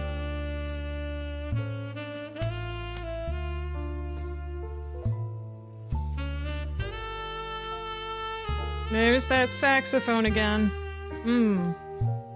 Love that. Let's turn you down a little. There we go. Okay. So then, I would like to look up the indecisionitis and see if that actually is anything.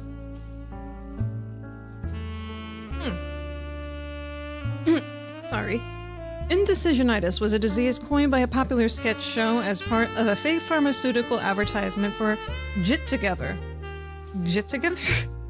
While this segment isn't fully about Roottree Candy Company, it was released in the weeks after the bizarre response to the release of the 6 Pieces by Sam Madsen and references the recent news. In the sketch, a woman ordered a number 5 at a drive-thru speaker.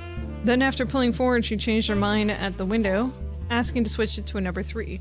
This caused a lengthy backup and annoyance amongst the restaurant's employees and other patrons. After she pulled away, as the employees began to help other customers, the same woman then barged into the restaurant and passed the current line, loudly complaining that she didn't receive her number 5. After this, the sketch transitioned from the restaurant scene into a pharmaceutical commercial. A doctor claims that the woman was suffering from indecisionitis, a disease that causes extreme confusion and irritability, and has recently been found to severely hinder the leaders of a large corporation, but could also spread to humans. The doctor then recommends Jit Together, a fake pharmaceutical drug. Multiple testimonials use variations of the catchphrase. When I can't make my tough decisions, I gotta get my jit together. Ha ha ha ha ha ha. The final testimonial included a bald man in a silhouette with a voice changer saying, "I'm not comfortable sharing who I am, but I am comfortable saying that before I took over my family's candy company, I really should have gotten my jit together." That's funny. That's funny. Alright, search. Okay, same thing. Got it. Okay, so that's very funny. The Roottree refs, let's look that up.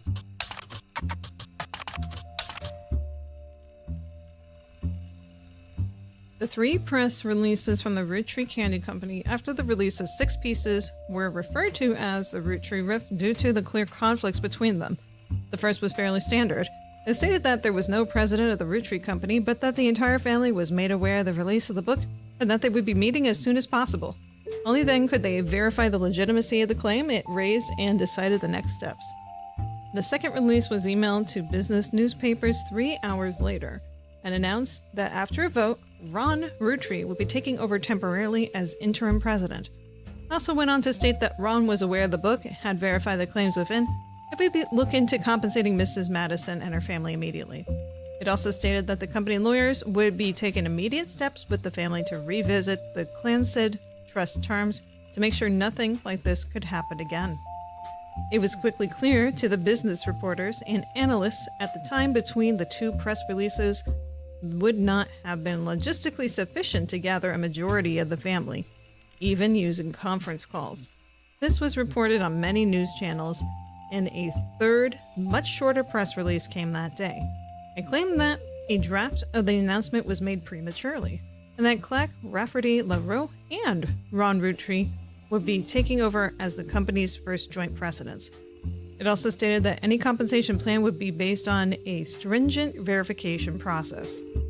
Well, that does make sense, considering everything with Sam, that she certainly was a legit Roottree from the get-go. Things just happened, so she should get properly compensated. And that they don't want to open the floodgates of too many Roottrees coming out. Alright, well, we do want to pull up the library book here. So, Sam Matson. 6 pieces. I might need the full name. I do not. Okay. Evidence. Sam Matson's book was released earlier this year and details the truth about Elias Roottree, as well as Sam's father, Edward Clancy Roottree, and John Miller. You helped verify her story, so much of the book's core contents are familiar to you. That said, Sam has some sections on other family secrets and rumors. Much of it didn't matter to the primary purpose of the book, and some of it's new to you. It may be important to your new search. These sections have been added to your notes. Yes. There he is. Mr. America. It's not a very compelling book cover, is it? I mean, it does the job. Sam's book has a few different passages about her own history with the company and the rumors and gossip she collected during that tenure. She ran the farm for a period starting around 1968, after the death of Elias Roottree, until her daughter Gwyneth took over in 1984. Most of the relevant rumors coincided with the reign of Guy Hudson, who took over as president in 1978 and subsequently had many kids. Maybe, allegedly. Sam was very much not a fan of Guy, and according to 6 pieces, it was an open secret within that family that Guy was very much not a fan of the remaining faithful to his wife, Patricia. Many of their hires at the time were young, single women. Guy often spent a lavish amount of money on the private parties. This was 20 years ago, and Sam warns that most of it is hearsay. Still, you find the following information that may be relevant. One of Sam's farm's supervisors was named Elizabeth. Elizabeth had a daughter who Sam never met, but worked as one of Guy's secretaries. According to Elizabeth, a caterer from a local restaurant called Antonelli's met her daughter at one of Guy's parties, and they eloped quickly due to a pregnancy. Elizabeth wasn't aware that the party was for swingers. Rumor has it that her daughter showed up with Guy and didn't seem comfortable switching partners. Uh-oh. Okay, let's copy that. Okay, 6 pieces book notes. Elizabeth from... wait, hang on. Elizabeth has daughter. Guy, secretary. Caterer from a local restaurant, Antonelli's, met her daughter at one of Guy's parties, and they eloped quickly due to pregnancy. Antonelli's local restaurant caterer daughter. Sure, that's the sense. Guy didn't seem comfortable switching partners. Okay. Guy's main positive contribution to the company involved expanding to markets previously untapped by the Roottrees. However, when he went trip overseas, they were often for weeks at a time, and Guy was known for spending more time and money on unofficial business than meeting with distributors and manufacturers. It was said that he bribed at least one politician to open a factory in Brazil. Brazil factory bribery? Okay. There is also a section where Sam speculates that Elias may have also cheated on Gwyneth. The gasp. Elias cheating on Gwyneth? No way. I mean, maybe it's possible. Gwyneth was also always much kinder to Sam than Elias was, and was the first to invite Sam to family events. When she had no hard evidence, Sam always got the impression that Gwyneth was able to coerce Elias into allowing Sam back into the family using some kind of leverage instead of it being a natural course of events. She mentioned that Elias and Gwyneth were known to loudly argue, sometimes about another woman. Sam also says her son Ernie once asked her, "Who's Beth?" because he overheard them yelling about someone with that name. As far as Sam knows, Elias once had a secretary named Elizabeth, a different Elizabeth than the supervisor from the farm, but she never met her. "Who is Beth?" said, Ernie. "Son of these two knuckleheads." Less than 3. Because I mean that out of heart. There we go. Okay, so yeah, there's a decent amount of information here we can look into. Close that. What do we want to search? I got the 6 pieces stuff. There's stuff in the periodicals we want to look at. How about Ron Roottree? Business Watch ran an article 2 months after the Roottree rift about what really happened with Roottree. The article mentions that nobody from Roottree that they reached out to was willing to go on record. Instead, the timeline of events has been constructed from public record, accidental leaks, and a source on the inside. The only parts that are new to you are also the most vague parts, the ones supposedly confirmed by their anonymous source. The timeline says that the family actually held a preliminary vote after Carl Roottree died, but before the release of the 6 pieces, and decided they wanted Ron to take over, because of his experience running RR Productions, and because he was well-known and well-respected Roottree. But Ron seemed way too eager and personally motivated. They were worried he would gut the clan-said trust to remove Robbie Roottree. The family was notoriously unwilling to do anything that could risk their wealth. They stalled, and Ron became frustrated with the delay. When 6 pieces came out, he saw his chance to force action when the family was in the limelight, and released the press release himself in an attempt to get the ball rolling faster. This caused chaos within the family. They tried to save face by allowing Ron to take over as co-president with Clark, but according to Business Watch's source, Ron was impossible to deal with. He seemed like he was unwilling to protect the clan's trust, and they eventually let him go. After that, the role passed solely to Clark, who nobody was excited about, but seemed the safest choice. Okay, Clark. Oh god, what was his actual name? Hang on.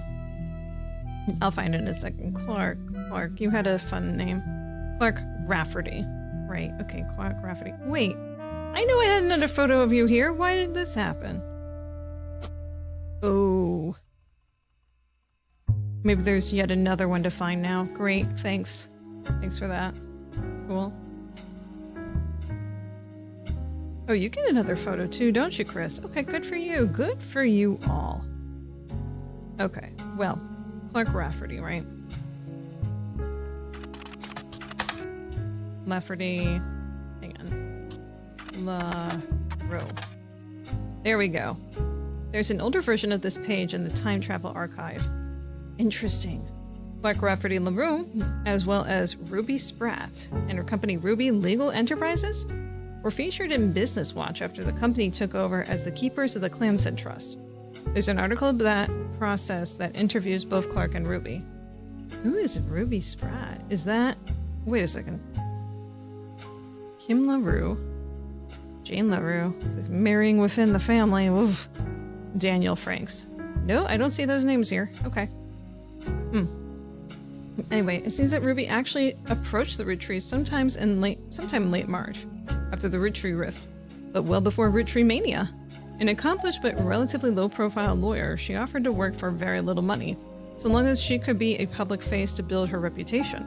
The family quickly jumped on this chance, as many family members often attempt to spend as little as possible to keep their shares of the Clanson Trust as high as possible.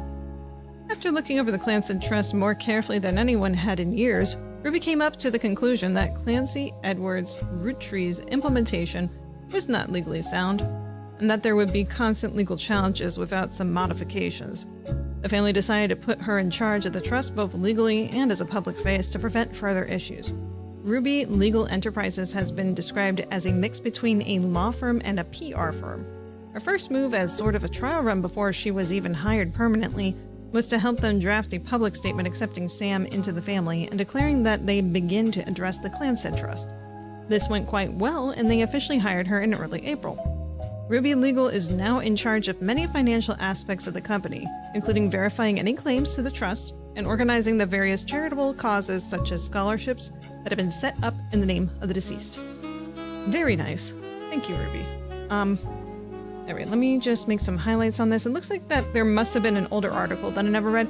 I don't think I ever looked up Clark's name as Rafferty-LaRue because it just doesn't show that way on the family tree. Though, honestly, I probably should have figured that out. Because it's just their original names, not whatever they are after they're married. Ruby Legal Enterprises. Hang on. Thomas. Let's see. There was another name in here. Clancy Edward Rootrees implementation, not legally sound. Right. Ruby Legal Enterprises, yep. Okay, we can look up Ruby. But let's look at the older version. The Clanson Trust was mentioned many times in Business Watch. Most results are from the 40s and 50s, occasionally more recent rest and scrape in.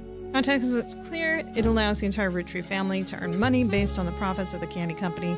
First article you find from 1943 mentions the infallible legal aspect that were done by Clancy Edward Roottree to secure the future of his father's famous name. You might be able to find more details online. Well. Ruby Spratt could eat no fat. Her wife could eat more lean. Maybe. Ruby Spratt, like her legal company, is relatively elusive. The most complete source of information you can find from before her time with the Roottrees is from the website for a magazine owned by a major airline. She was the subject of one article from a recurring series about modern-day success stories. Ruby grew up in foster care but excelled at school and earned a scholarship to study at Mid-Eastern University. There she graduated at the top of her legal class and was quickly hired as a lawyer for a prominent firm. There are a few high-profile corporate-involved cases she was part of. One was a legal consultant for a class action lawsuit against the manufacturer of steering wheel covers. Another was to help a local gas station chain in her hometown of Portland with the rollout of promotion that allowed gas station customers the ability to bet on gas prices. Well, that seems like a slow-moving town. Except for the gas. The blurb ends by calling her new firm a double threat. Her company's services are crossed between traditional lawyer and a PR manager. There's stuff happening there, I guess.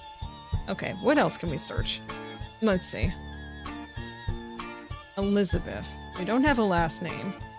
Oh, we can look up Elizabeth in the local... Yeah, okay, Butler County Times. So, Antonelli's. Antonelli's?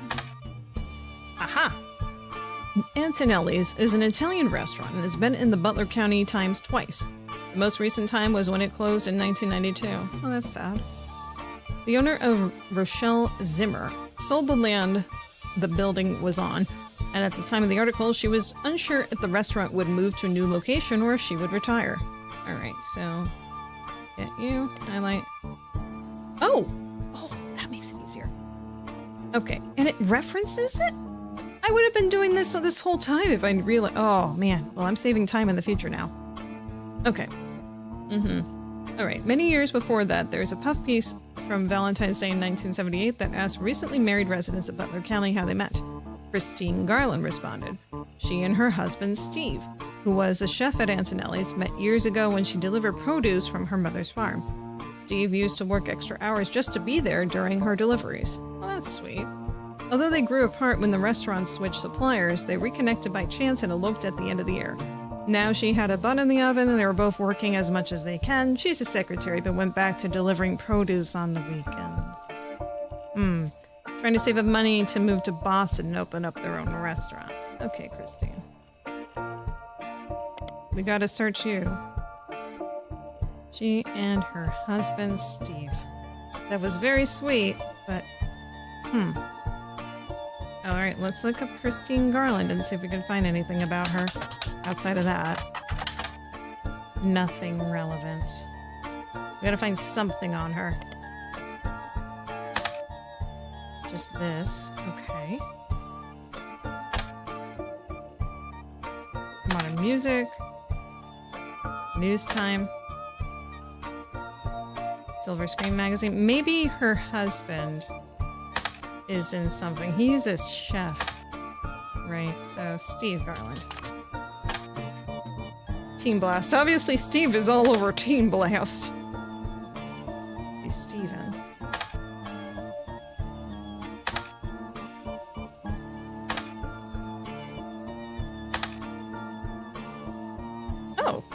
Oh, he's in more than one article. Steve Garland is mentioned in a couple articles. The first was an article about how he met his wife Christine and how they worked at Antonelli's. The second is from months later, September 1978, a listing for his weekend cooking classes, Gourmet for the Groovy. The blurb mentions that he's been giving lessons from his home kitchen for the last month, so that he can keep an eye on his son. The third was from 1991 and is titled Local Author Sued by Former Butler County Resident. It seems that the local author by the name of Mark Zimmer was sued by Garland after Garland saw Zimmer promoting his book Kitchen Tales on television. His recipe book was partially plagiarized from the recipes that Steve Garland would give his students during his cooking lessons before he moved. Ooh. The article mentions that although recipes are hard to copyright, Garland accompanied each recipe with a short fiction about how he learned it. These usually doubled as a way to remember certain ingredients. Garland's bean salad, for example, involved making a trade with a gnome for some magic beans. I mean, whatever helps you remember is good. Apparently these stories were found word for word in Zimmer's cookbook, in addition to additional stories that followed the same format. So, hang on, I want to make sure I'm understanding. Whose cookbook is which? Mark Zimmer was sued by Garland. Okay, so Zimmer wrote the book. Okay, so he's the one that plagiarized, which it seems, based on the other stuff. Yeah, Kitchen Tales.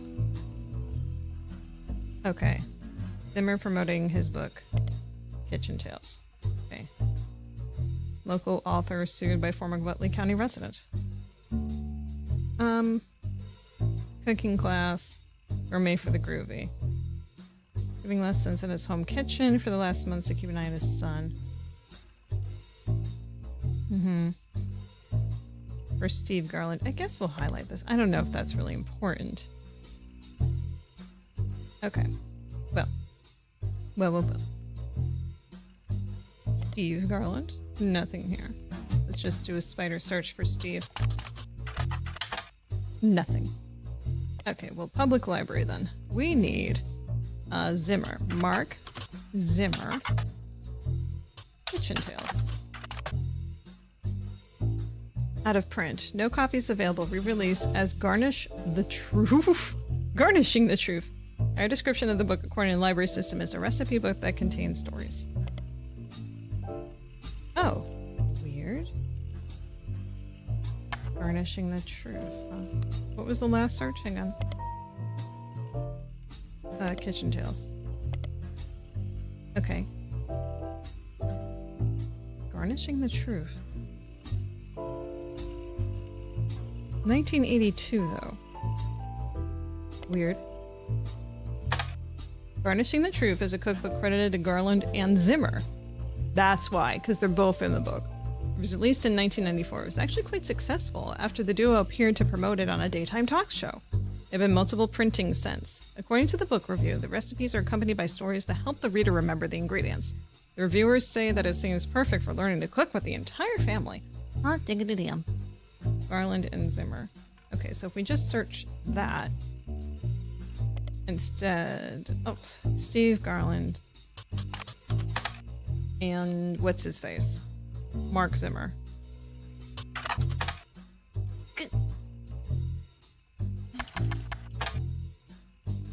Comma? Alright, fine. I give up on you. Let's go look at the periodicals. So they were in... Interesting. Wait. Garnishing. Hang on. I need the name of the other. Garnishing the Truth. Hang on. Shh. I'm good at finding things. Please. Modern Month Music. News Time. Silver Screen Magazine. Starlet. Team Blast. I just want pictures of these folks. That's all I really wanted. Fine. Let's not do that. We'll look up Mark Zimmer instead.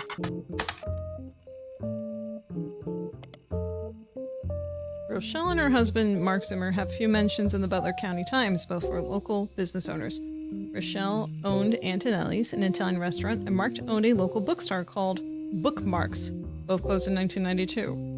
Mark was also mentioned once in the Butler County Times when he was sued by Steve Garland. As he should have. Bookmarks. Okay. That's that one. Music, no. News, no. Silver Screen, no. Starlet. Team Blast. Blasting off again. Oh, there we go. Kitchen Tales was a story-based recipe book credited to Mark Zimmer that had some success after it was featured on a morning talk show. The book released before the internet was widespread, so mentions are rare. One book collector states that the publishers were unprepared for the demand and that there was no second printing, so it's unusual to find a copy in the wild. You find an alternate medicine website which focuses on cooking with natural ingredients and mentions that one Kitchen Tales recipe uses salt water. The owner of the site has included a scan of that recipe, which was added to your evidence. She says, if you switch out the salt water in the recipe for a mix of 2/3 spring water and 1/3 filtered seawater, it tastes great. All right, Tony.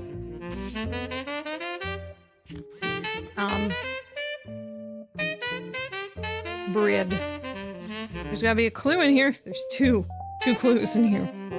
Kitchen Tales is a book that combines recipes and stories we know. Found a scan, demonstrating how to break plated loaf. I've made a lot of different types of bread. This is not one I've made. For 2 years, bakers Flora and Yates flirted. They grew their friendship, compared recipes, and combined knowledge. She loved his salt. The end. They had kids.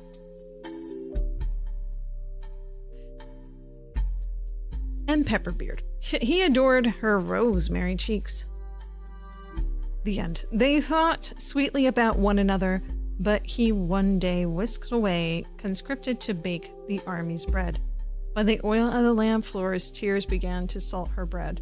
The recipe asked the reader to combine flour, yeast, sugar, olive oil, and rosemary, combine the salt to water together, and add the mixture and whisk until the dough begins to form. It was 10 to 12 years later that they met again, seemingly by fate. Flora's unique dough had earned her a position as the king's personal baker. Yates had found success as well. He baked for the kingdom's 45 diplomats. One day they returned from the Dutch Isles with a gift.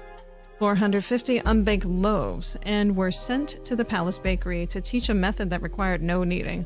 Allow the dough to proof for 10 to 12 hours, then spread it out and let sit for over 45 minutes on a floured baking sheet with no kneading. Next, prepare a Dutch oven preheated to 450 degrees. Upon seeing Yates, Flora was both delighted and distraught. She felt as if she was torn in two. She had not been made aware of the gift and had already prepared buns for the palace ovens. She wished to greet Yates warmly, but was struck by fears that he'd been unable to bake with her, that she'd faced retribution for being unprepared. She cried to Yates, adding more salt to her dough. Cut the dough into 2 equal pieces and lightly sprinkle salt across the top of only one of them. How is this popular? Yates eased her pain. He insisted she had no obligation to prepare for a return she thought impossible. But he shared her fear of retribution. He knew if they did not solve her predicament, they'd miss their final chance to bake together. In the end, instead of wallowing in the present, they worked together to shape the future. They twisted and entwined their doughs and baked them as one. Thus was born the plated loaf. Word quickly spread of this new delight. The king's decree on royal parchment was that it would be considered a delicacy.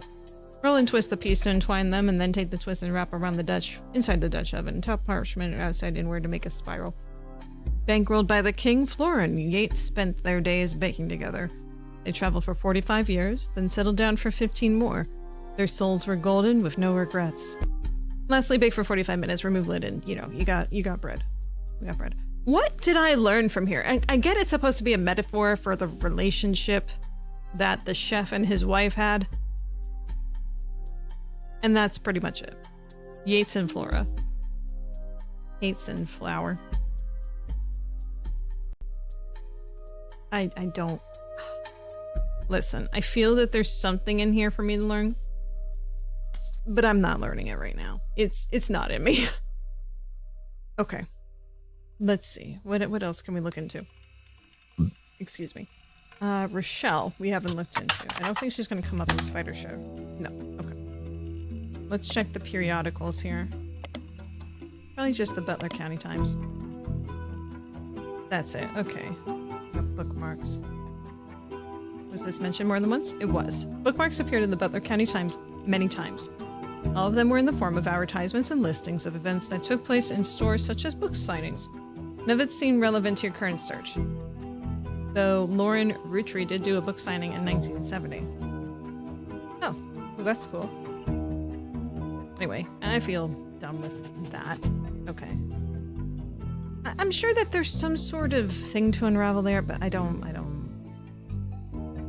Brazil. Roottree, Brazil. Aha! Roottree, Brazil, sometimes erroneously referred to as Roottree, Brazil. It was spelled with a Z. What? Okay, fine. Is one of the companies created to manufacture and distribute Roottree candy. It was developed as part of Roottree Everywhere initiative near the beginning of 1979. Unlike some of the other Roottree Everywhere results, Roottree Brazil seemed to be a success. You do some rough translating and find a significant amount of information about it. Brazil was the only region in which caviar-flavored 5 pieces released at the end of 1978 were a hit. The primary reason that the factory still exists to this day is solely to create that flavor, which comes as its own standalone 5-piece bag with Portuguese writing. A small town named Alvalagos, near the municipality of São Bernardo de Campo, became the location chosen by the Roottree Candy Company after a newly elected local politician named Edson Soares. heard that they were planning a new factory and petitioned them in early 1979. The factory was controversial, as locals did not want it there. No one wants factories.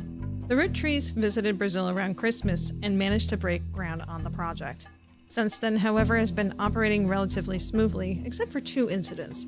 The first was Incendio do Bordo in 1982, and the second was an unsuccessful strike in 1995 that involved all the factory workers being replaced.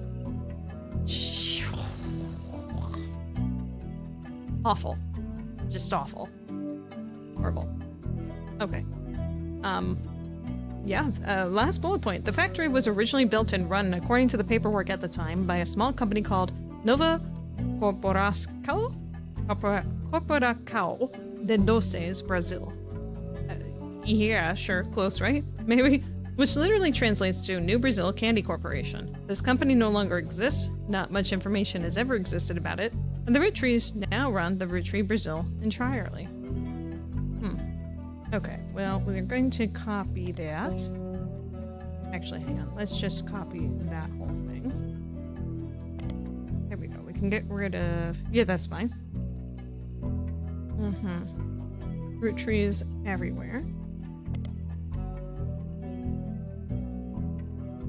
There was a town name. Okay.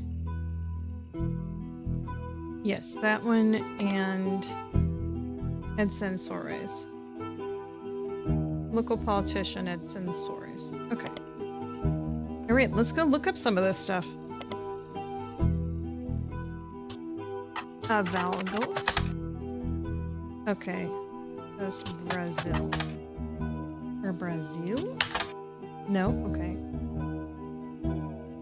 Edson Soares. Aha! Here we go. Was a Brazilian politician. You find a dissertation published by a college student as part of their PhD in history. It focuses on the rise of democracy in Brazil. It seems up until 1988, Brazil was run by the military, and the politics during that time were often a hotbed for corruption and nepotism.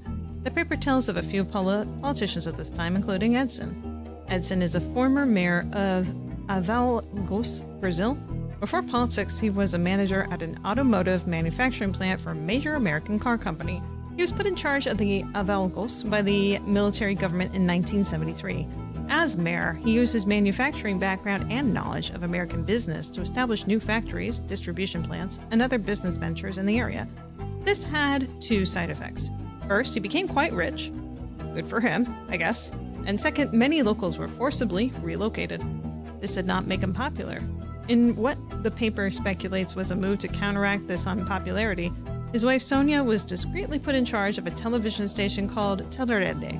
He often used this connection to ensure supporters would appear on local television spouting his beliefs and empathizing with political victories. He remained in office until 1988 when he was defeated in the first election after military government was no longer in control. After this election loss, he quickly left the town behind. It is not known where he has gone, but the dissertation even speculates he likely fled to stay alive, stay alive. Maybe not alive, I don't know. We'll see. So Sonia Telerede. It's one more thing to look into. I have some doubts. We might as well look them up in some periodicals. The local periodical. Business. Music. News. Magazine. Star. Team Blast. Off again. Okay, so his wife's name is Sonia. Sonia Soares. Okay. We'll look her up in the Spidey search in a second. Yeah, it's not good. Well, actually, hang on. She worked in... Yeah. Never mind. Okay. Does not seem to be anyone relevant by the name of Sonia Soares listed anywhere online. However, Spider Search does return a page that lists a news anchor in Brazil named Flavio Soares, whose mother's name is Sonia. Flavio. Interesting. Flavio Soares is a young Brazilian newscaster with a bit of cult following. The discourse surrounding him is, to put it in polite terms, lewd. There's a website about something called fanfiction. What is fanfiction? That has a small section dedicated to him. It seems that women, and some men, of a variety of wide ages and writing skills, tend to find him worthy of inclusion in their stories. You skim some of the tales there and learn that a common thread is that he's currently dating a supermodel named Ashley York. Many stories seem to ignore her existence or get her out of the picture rather quickly. There are also other more traditional fan sites that list some of about him, including his age, 18, zodiac sign, Libra, his favorite food, grilled steak, and his mother's name, Sonia. Also, it seems that Flavio translated to golden-haired. One website with a signed publicity photo of Flavio seems to confirm this. Photos have been added to your evidence. Okay, I will make this a highlight in case this is something I need to know. Like his age and like what month he was born. We can look up what month Libras go into in case there's a concern about that. Ashley York. Let's spider search her. Ashley York is a British supermodel who does ads for perfume, clothing, and jewelry.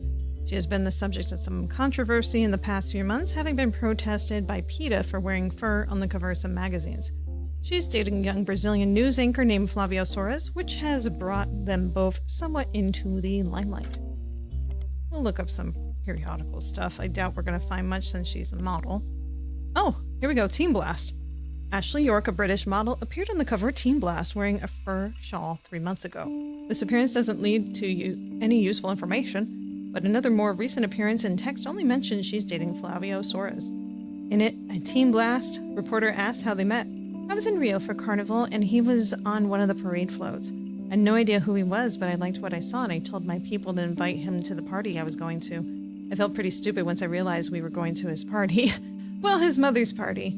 She runs a media empire down there called Transmissapel. Yes, this one. Highlight it again. 1 second. There we go. Alright, well, let's look up him in here. Flavio Soares.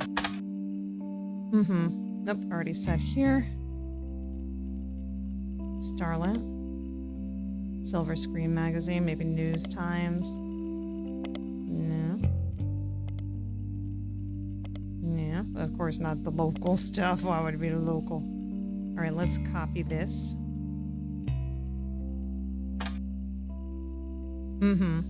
Comes up many times in Business Watch due to their status as one of the wealthiest media companies in South America. In South America, rather. There's too many results based on one-off mentions and name drops for anything to be useful.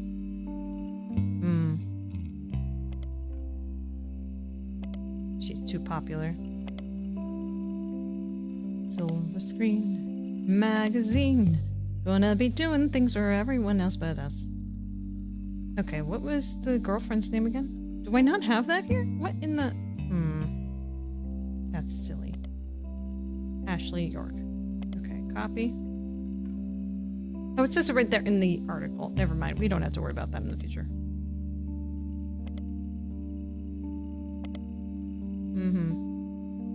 Wait, I just searched all of her. Never mind. Samus. Okay, I don't think I'm that concerned then. We already looked him up. Okay, right. Okay, let's see here. What's the new stuff? To Natasha, kisses from Brazil. Flavio Soares, a Brazilian news anchor. He is a signed photo of him sent to a fan you found online. Okay, so I think we have one small possibility of an affair here. I don't think he really looks like him though, dude. It doesn't say the years here. Or who. Certainly they were not married. But she was... Oh, her photo's not here. Damn. Wait, she has 2 kids. This one. Uh-oh. Maybe it was over here then, because I don't think... Yeah, I think it's just one. Flavio Soares. Okay. News anchor. Okay. For her name is Sonia. Saurus. And she is the owner of a conglomerate in television. Probably CEO is the right word. Yeah, CEO. Don't have another picture of her yet, though. What was her husband's name? Shit.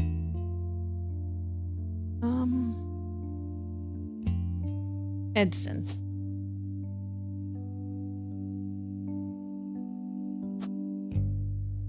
Gotta find a picture of them somehow. Just realizing I did not use this other photo. Wait. Oh no. Okay, so the reason I'm making that face is because of this guy. He's got to be down here somewhere, having had an affair, allegedly. Oh man. Gonna leave you with Flavio. Sleep is sadly necessary. Enjoy your yarn craft puzzle. I will, Blacktails. Have a good night. Thanks for staying around. Okay, let's figure this out. Okay, so you, dude. Family tree updated in 1998. I don't know who you've been hanging out with, dude. Edson Soros. He must be somewhere. Perhaps if we just look this up. Uh-huh. Here we go. Sonia Alves. Sonia Alves is a common name in Brazil, so she is shortened name to Nia to stand out in the public eye. Aha! Okay, there we go. Nia. Okay. Excellent information. According to a history page that focused on her company and vague, unsearchable details, Nia received a significant inheritance in 1980 and invested it in many different manufacturing businesses in her hometown in Brazil. At the same time, she had just begun to learn the ins and outs of running a television network. She continued to work in television until 1988, when Brazil began its period of reform. She felt this was the perfect opportunity to launch her own media company using her investment and connections. Now her company owns television networks, magazines, newspapers, and advertising firms. After doing some translating, the page about Nia lists her as unmarried. It does not go into any other relationship history. Searching for Nia online, you learn that she stays out of the spotlight. She doesn't even appear at shareholder meetings. She sends a proxy. Interesting. Very interesting. Nia. We're gonna find something.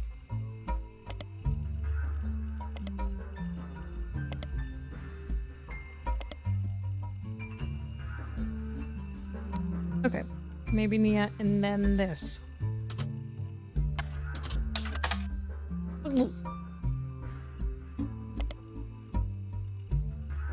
This was the one that, no, it was the business watch that had something.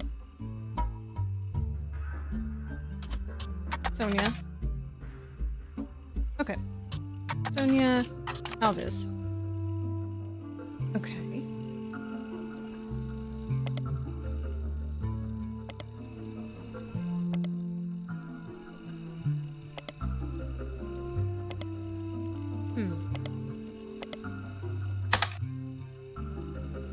No relevance results.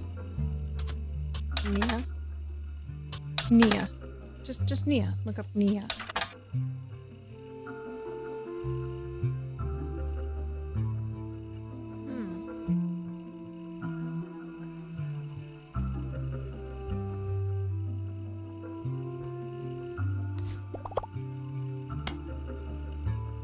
Okay, fine. I will go look through all the notable stuff before I get stuck on this. Okay, we have not made a lot of headway so far, which is sad. How's the sequel going? It's going some places. I found some information, but we have not unlocked anything new, essentially. Got this wonderful autograph of Flavio that may or may not be the son of the same dude over here. Yeah, Guy Hudson. Maybe, maybe not. So, I think Sora's is the wrong last name to use here. Hang on. Her last name, Alvis. We gotta go by her maiden name. Forgot about that. Unless it's not here. Then we're fine. Wait, no. Alvis would be over here.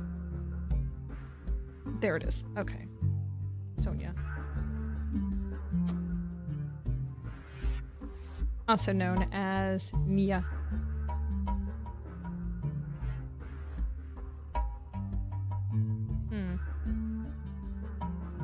Okay, before I can use any more hints, I gotta search up more of the notable events. So the Roottree Rift, we searched that, which was a weird thing happening. Clark Rafferty LaRoe, we gotta look him up again.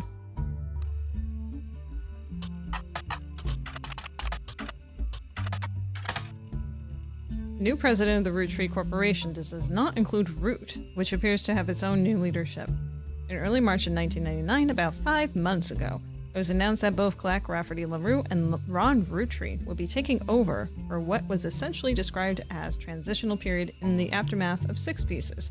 About 2 weeks later, the company released a press statement that thanked Ron for his work, but announced that Clark was the new permanent president. Thank you, but no. Most of the information about Clark you knew already. Many of his descriptions of him tend to focus on his advertising career and that his mother was Lauren Roottree. You seem to touch on his complex and volatile marital history. Yeah, the dude's been around. Since taking over, Clark has tried to remain out of the spotlight, but did have one notable foray in the public eye. He gained a lot of support when he first moved was the statement in favor of accepting Sam into her family into the trust. This also served as an announcement that the clan-said trust would no longer be handled by anyone in the family, since due to their financial motivation, none of them could ever be impartial. It's true. It's very true. Okay, 5 Ps we looked up. Roottreemania. Actually, I don't think I looked that up yet. Let's look that up.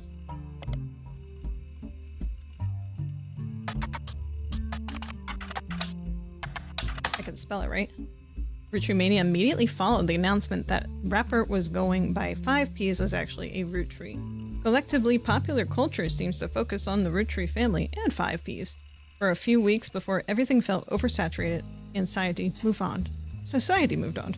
Because of the 5 Ps saga, an underlying through line to how pop culture treated Roottreemania was an excuse for everyday people to claim they were also Roottrees. How dare they? Daytime talk show had I'm a Secret Roottree episodes. Late night hosts and guests made jokes about other lost members of the family. And there was a widely shared website where you could fill in your own name to find out if you were a secret Roottree. When you submitted your name, it simply just said no with an image of Clark Rafferty LaRue giving you the finger. That's funny. Roottreemania lasted only a few weeks, just long enough for 6 Pieces to re-enter the charts and to trigger new printings of other Roottree-related media.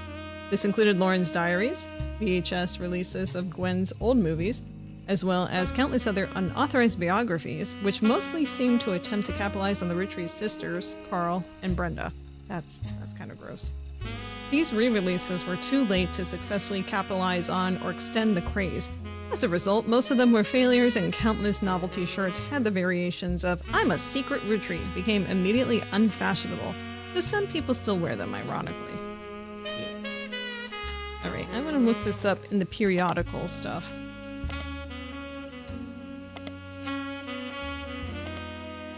Probably something talking about this. Probably? For shame. Okay. Well then, Anonymom, which... amazing. Anonymom. Anonymom was the second high-profile case after Felix Fallows of a potential new Roottree being added to the clan-said trust. Instead of claiming herself a Roottree, however, she claimed she slept with Guy Hudson and that her daughter was a Roottree. The accusation came during the height of Roottreemania and began with a brief TV interview. She appeared in the shadows with a disguised voice and promoted an article about herself in News Time. In the TV interview and the article, she referred to her daughter as Jane Doe Roottree. The name Anonymom was not self-inflicted. It seemed to spring up organically because nobody knew how else to refer to her. Okay, highlight that. The day after News Time article, Sam Madsen publicly supported Anonymom due to some parts of the story she found particularly credible. With the momentum of Sam's endorsement, Anonymom went on a media blitz. Ultimately, this backfired. As more details came out, people became skeptical of her story due to the extreme similarity to 5P's. Her accusation even included many of the same details as his mother's story. This included her job, secretary, and the time period in the late 70s. Well, I mean, this may come as a shock, but you can technically impregnate more than one person in a day. Please don't do that. But I mean, so in the same decade, for someone that had the same job, yeah, that's totally possible. Crazy as that is. Crazy as it is. After fumbling the 5P story so publicly, the Roottree were more prepared to handle all clan-said trust-related cases. Within a week, a DNA test proved that Anonymom's daughter could not be related to the Roottree. This was announced as a joint press conference with lawyers representing both Anonymom and the Roottree. Each party ensured their respective clients provided accurate samples. Immediately after the negative results were released, many of those who had already been skeptical felt vindicated. Others who had built up hope and history could repeat itself after 5P's felt duped. Many people suspected the whole affair had been a hoax to gain fame and money. Yeah, anonymous fame, yeah. Many demanded that Anonymom be held accountable, and some people even began to track down her true identity. The Roottree company felt pressure to put out a second statement to try and curb some of this backlash, even going so far as to say that it was scientifically proven that Jane Doe Roottree is not a Roottree. This does not mean that her mother and Guy Hudson were not involved in an affair. She had every right to make her claim, as it has been verified, and that her story about Guy Hudson were not exaggerations. Please leave their family alone. Good statement. Many people claim this high-profile anticlimax and public backlash was the beginning of the end of the Roottremania, since much of the fun was shared fascination about secret Roottree. Others think that, like any fad, it just ran its course naturally. Regardless, this was the final notable event related to the release of 6 pieces, and things soon went back to normal. Jane Doe Roottree has already been eliminated as a potential new Roottree by the company's lawyers, and are the ones verifying your work. Anonymom's affair does not appear to be on your update tree. Oh, so it's not even gonna show up at all. So that's cool. That's great. Okay, so that's just going to be the same stuff. Okay, mentioned it was in something else, though. Like some sort of article. Here we go. An anonymous woman appeared on the cover News Time, holding a picture of her daughter, Jane Doe Roottree. The first and only mention of the phrase Anonymom in News Time came the week after, when they issued an apology for featuring her in the first place. A summary of the initial cover article has been added to your evidence. Just gonna check the rest of these just on the off chance. Yep, business. Can you click? There we go. All right, what's this new stuff? It's blurred. Here we go again. It was determined through DNA tests that Anonymom's daughter was not a Roottree. This article, which did refer to her daughter as Jane Doe Roottree but did not coin the phrase Anonymom, came before all that right around the first time of her first TV interview. This is a summary. An anonymous woman appeared on the cover of News Time shortly after 5P's was confirmed to be a member of the Roottree family. In an homage to the previous cover, she holds up a photo of her daughter. Unlike 5P's, she wished to remain anonymous, and both photos were obscured. The anonymous woman claimed to have had an affair with Guy Hudson while she was working as his secretary. She and another woman were hired at the same time during the transition period, while many of the secretaries had worked under Zach Morden were already gone. She says that she and the other women were both underqualified, as neither had typewriter experience. According to other staff members interviewed, Guy had his own requirements for hiring women. Guy Hudson liked to throw lavish parties, and the longer he was president, the more excuses he found. The anonymous woman posits that these parties mostly seem to be an excuse to have after parties at Guy's home, featuring much more alcohol and other substances. She claimed she slept with him at one of these after parties. She confronted Guy when she found out that he was when she was pregnant. Guy didn't seem fazed, and they came to an arrangement. It paid her a significant amount of hush money on a recurring basis under the table. She used it to move away and start a new life with her daughter. When Guy died, the money stopped coming, and she assumed things had run their course. She went back to work at the department store and hoped that nobody would ever look too closely at how she paid for her house. She told everyone that her daughter's father walked out one day and never came back. She claimed that after seeing the fantastic article in News Time, she realized that she wasn't the only one this happened to. That's a terrible thing to realize. While she never worked at the Roottree company at the same time as Five Piece's mother, Joanna, their stories seemed eerily similar, and she knew Felix was telling the truth right away. Joanna. I don't know if I have that name or not specifically. We'll have to keep that in mind. Joanna Felix. Okay, just highlight that. The article presented no tangible evidence of the anonymous woman's time at Roottree, and all of the payments were allegedly made in cash. However, using details she provided to News Time, the reporters were able to reach out to the other woman hired at the same time who also remained anonymous. They successfully fact-checked the timeline of both women and confirmed the existence of the infamous after-parties. Five Piece was strengthened, and this news story was subsequently published. Yep. Okay, so Five Pieces. Yep, Joanna. There we go. We have those names. We don't have any photos of pretty much anyone. This is really difficult, this one. Jeez. What if we just look up Guy Hudson, right?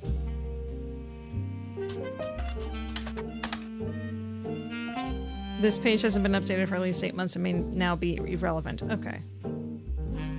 Okay, so that's good to know.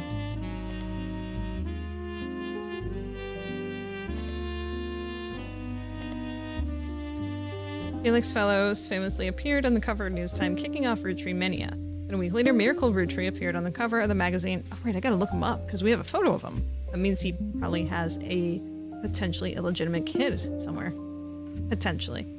Summary of articles, as well as close-up of the photos. 5P holding cover issue has been added to evidence. Previously done. Miracle. Guy Hudson. There's an older version of this. Okay, so this is the newest one.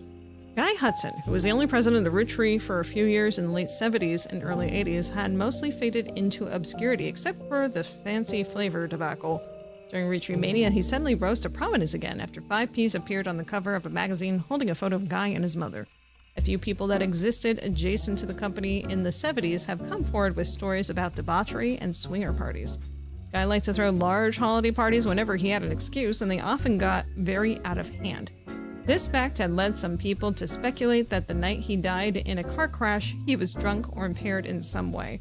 But the Butler County Police have released multiple statements and ample evidence that prove decisively that it was not foul play and that no party had taken place. Roottree lawyers have been quick to threaten litigation to anyone who has tried to disparage Guy or the company in public. Thanks.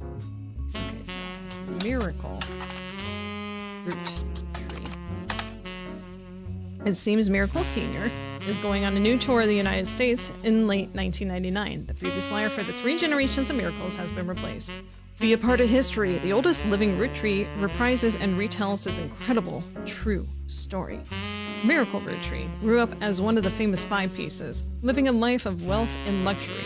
But fortune was nothing compared to the powerful force of the Almighty. Doctors determined he was destined to die young, but fate had different plans. He has lived a long and fruitful life. However, he now in his 70s, and his age is beginning to make life on the road more difficult. So consider this your last chance to see him in town before you settle back down in Pennsylvania. In this intimate evening, Miracle will reminisce about his famous history. Famous. He'll discuss his family's saints and sinners and provide a unique perspective on one of the most notable families in the United States today. Learn what originally drove him away from his fortune and into the arms of religion. And learn how his life has become more wealthy in spirit than ever could have become from his inheritance. The site also lists the churches that he will be appearing in and mentions that tickets can be purchased at their local services. Notably absent are any mentions about miracles, news, appearances. Miracle. Nothing. Nothing. Nothing. Something. Nothing. Silver screen? No. Starlit. Teen Blast. We know all the teens love talking about religion. Oh, I spelled Roottree wrong. Gosh darn it. Alright, we gotta do that again now. News? News? Miracle Roottree appeared on the cover of News Time, denying that Felix Fellows was a Roottrie. Yes, that was added to evidence. There's nothing further about him. This is old. Okay, Business Watch. Interesting. 3 generations has been replaced. Do I have the new one? I do not.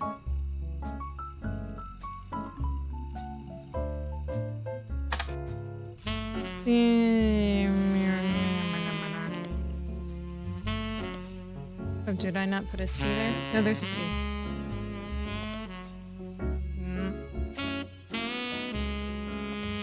News, silver screen, Scarlet, Team Blast. Okay, so there's not very much. Roottrees I sees. You sees correctly. Magus Noir. Private Eye. Private Eyes. Here we go. And I'm kind of hitting a wall here. Let's see here. Let's see. 18 Zodiac sign Libra. His mother's name Sonia. Yes, Flavio Soares. Okay, I would like to go back to the information about... Well, you know what? I don't think I ever actually looked up the municipality. Let's look that up really quick. This is a real place in Brazil. A game designer by the name of Jeremy Johnston looked up cities in Brazil that had lots of manufacturing so he could place a fictional factory there. He did not want to offend any Brazilians with the tale he was writing that involved corruption and politics, so the small town name he made up, Alvalagos, where the factory was located, was invented by mixing 2 other regions, Interlagos and Alvarenga. Mixing private eyes, they're watching you.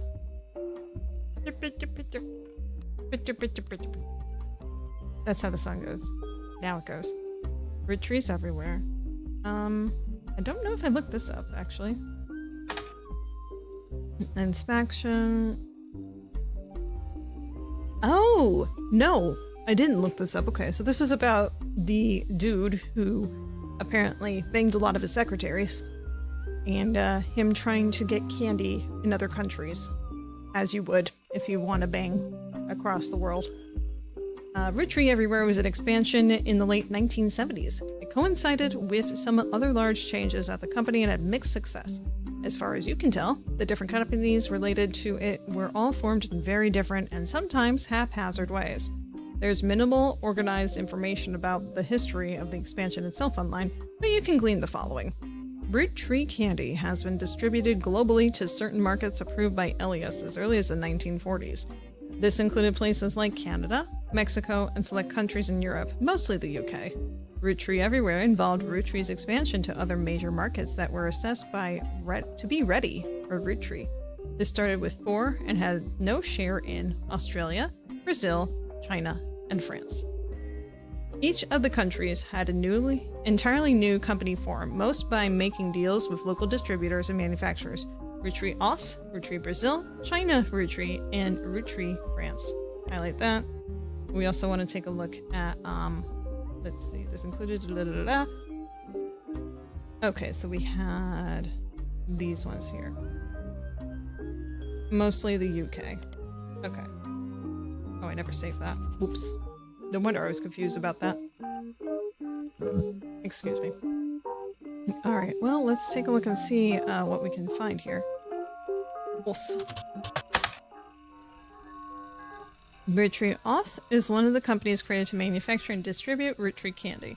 It was developed as part of the Roottree Everywhere initiative in 1979. According to a history website for Roottree Os, Charles Martin, who voiced Mario, and it was Martinet, who owned a company that manufactured licorice in Australia, was tapped to run the Roottree factory after he impressed the American leadership of the Roottree candy company at that time. Roottree Os did have some success, but only in certain regions. The manufacturing leg of the company shuttered in 1992 after the death of Martin, and Roottree Os now serves as an importer and distributor. Okay. Alright, well, let's look this guy up. I don't think he's going to be useful, but might as well search him. He was a candy manufacturer in Australia born in 1923. He had a popular brand of licorice called Martin's Licorice Bullets. Most of his history is unrelated to the Roottrees. However, in 1979, he helped develop Roottrees. He used his own wealth to build a new factory, and they distributed the maple treats through the same methods he had already been using for his previous candy venture. A website about Australian commerce mentions that he had a very unusual business agreement with the main Roottree company in the US, much like how the Clanstead Trust distributed the profits from the Roottree company evenly to the Roottree family. The profits of the Roottree would be split 50-50, and the American Roottree company and Martin himself, for him to do whatever he wishes, you're an old man. This made Martin very, very wealthy, but also led to many cost-cutting measures meant to increase profits as much as possible, especially towards the end of Martin's life in the early 1990s. Roottree candy gained a poor reputation in Australia and sales suffered immensely. Charles' vast fortune was passed along to his daughter, Robin Martin, who sold both businesses at first opportunity. Get this shit out of here, she said. Quote, unquote. Oops. No, that's not what I just highlighted. Robin Martin. Search. Robin Martin is featured in many of the top 100 wealthiest women in the world's list. She owns a private island off the coast of Australia where she reportedly has her own exclusive retreat. Good for her. She has no husband, and there was a widely circulated rumor somewhere in the mid-70s that she had a medical procedure to ensure she never would have children. You find a joke on a site called Edgy Jokes that implies she's quite promiscuous and has a punchline involving robin's eggs. For what it's worth, Martin seems to lean into the rumors. In the 80s, she once showed up at a charity function with 3 very attractive men, each wearing a shirt that simply said, "Satisfied Partner" on it. Good for her. That's how, if that makes her happy, whatever, whatever. That's hilarious. Okay, let's look her up in other stuff. Maybe we need a picture of her for something. She's obviously in Team Blast. She's probably going to be in Business Watch, but let's check everything else just in case. There we go. Apparently, Robin Martin sold off her father's assets in 1992, the year after he died, which combined with her inheritance immediately catapulted her, I read lines, catapulted her to an almost unimaginable level of wealth. The writer at Business Watch, who was assigned to report on this news, seems to disapprove of this move immensely. Shame, shame, shame. While the article does touch on the announcement of who took over the licorice division as well as what was to become of the maple candy factory, the entire text seems to be dripping with contempt that someone would be willing to dismantle and gut such a successful company to earn a quick butt. Quick butt. I know a few quick butts. Like this one. Or this one. And we got, this one too. Or how about that one? A few quick butts that go around.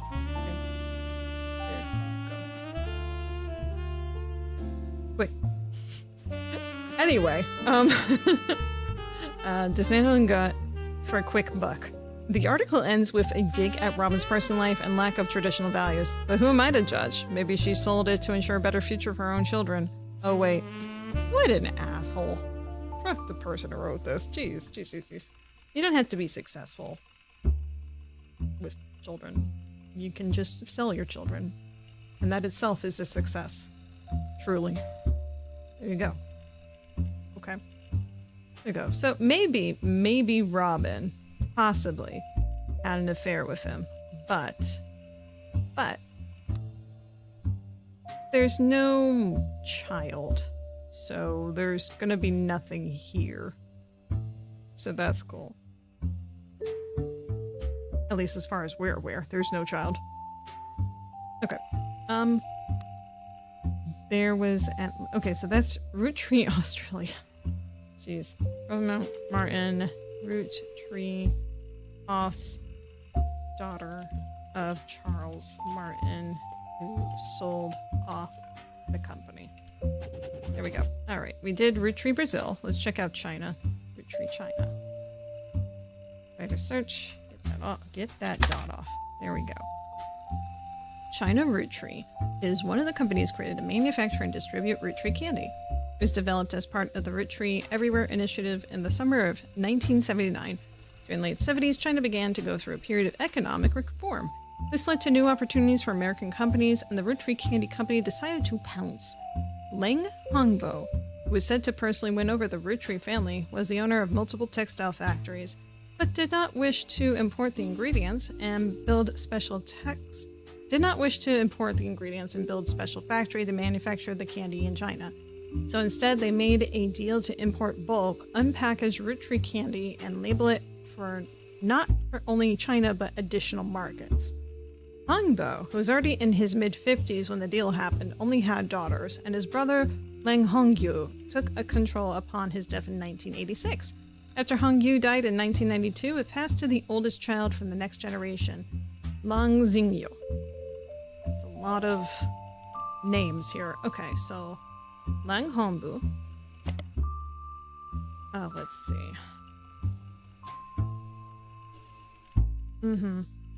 Lang Hongyu took control upon...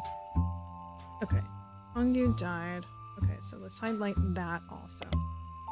But we're gonna search you. Okay. Kind of. Search. You come across a website for the Longtai Textile Company, which is a company that has helped expand Rootree's products to China since the late 1970s. The company seems very accomplished, and their site has quotes from many different reporters and news articles listed on it, in nearly every language. It also mentioned quite often on websites about Chinese businesses, but those mentions are company-focused and not people-focused, and don't offer any information useful to your investigation. Their page contains a very rudimentary leadership timeline with names that prove that the company has been in the Ling family for a long time. It kind of looks like a family tree. It goes back to at least 250 years in some form or another. During the period where they began the Roottree deal, Leng Hongbo in China, the family name comes first, so Leng is his last name. Oh god, why do we have to do this? Was the CEO. He died before the internet was widespread, so there's not much out there other than his name on this website. His younger brother, Leng Hongyu, is featured on the history section directly following him. This also seems to be the only mention of the man. The current CEO is a woman simply named Xingyu. The site doesn't list her last name, though she does appear in the family tree below Hongbo. Lengtai has a few American logos on its page. One is the Roottree logo name, another is Tranquils, the third is Peace of Asia. I'm going to rain check on this one specifically. There's so much to check on here, and the names, listen. There's a lot here. Okay, current CEO, simply known as Xingyu. Hang on. Longtai Textile Corporation.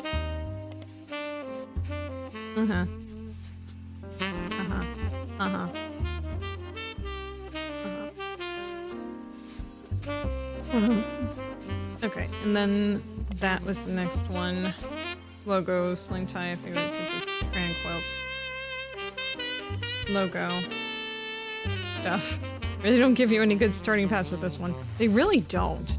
I thought that the 5-piece was a great place to start, but it doesn't really, like, lock in easily. So, it's just like, ugh. Let's see. What are the other names of the companies here that I highlighted? Roottree France. I know some French. This'll be good. This'll be good to look up. Okay. For confusion. Roottree France is one of the companies created to manufacture and distribute Roottree Company. Yeah. Apparently the Roottree France was a non-starter. Oh. Negotiations broke down pretty late in the process after the company already been formed, and then leadership of the Roottree went through a very large change soon after. The CEO of Roottree France was meant to be Tristan Robert. Well, might as well just look him up and see what that's about. Tristan Robert is a businessman who at one time was in negotiations to take over Roottree France. He is still alive, and you come across an interview unrelated to the Rootrees from a few months ago. It seems that other countries have not been immune to Rootreemania, as you recognize the word Roottree in one of these questions. It seems the interviewer snuck a question about his experience with the company at the end of the 70s. I wonder if he also had a daughter that there was, like, with or something. The article is in French and takes some time to translate sections by section. He mentions Guy by first name only, and the tale he tells is quite ugly. Oh boy, I'm ready. Here we go. The translation is as follows. guy, the president of Roottrees, was one of the worst men I have ever met. He approached my wife about having an affair, which she refused. He then kept insisting that this was the best way to celebrate the end of our business contract. I don't think he expected her to say no. And I don't think he thought she would tell me what had happened. What a... wow. I don't even know what to say to that. Like, that's a lot of balls. You have to have a lot of chutzpah in order to do that sort of thing. It's like, I got money, and I'm giving some to your husband. Obviously, I'm more dominant. Let's go do the ookie ook together. You know, because everyone calls it the ookie ook, obviously, especially in the Francie France. So anyway, I punched him in the face and refused to attend another meeting with this man. They lost a lot of money on this deal because not only was he a terrible person, but he was also a terrible businessman. When he died shortly after, it felt like the universe was working things out.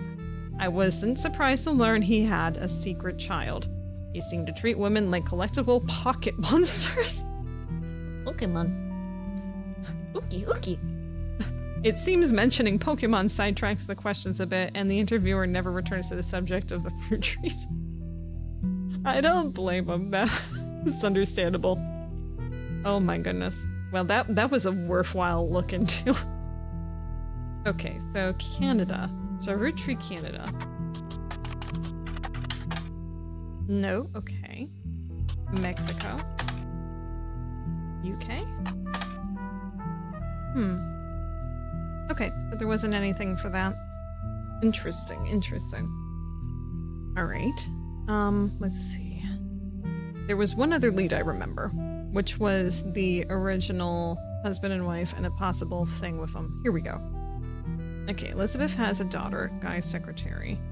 Antonelli's local restaurant caterer daughter, they had a thing with. Brazil factory bribery, Elias cheating on Gwyneth. Who is Beth?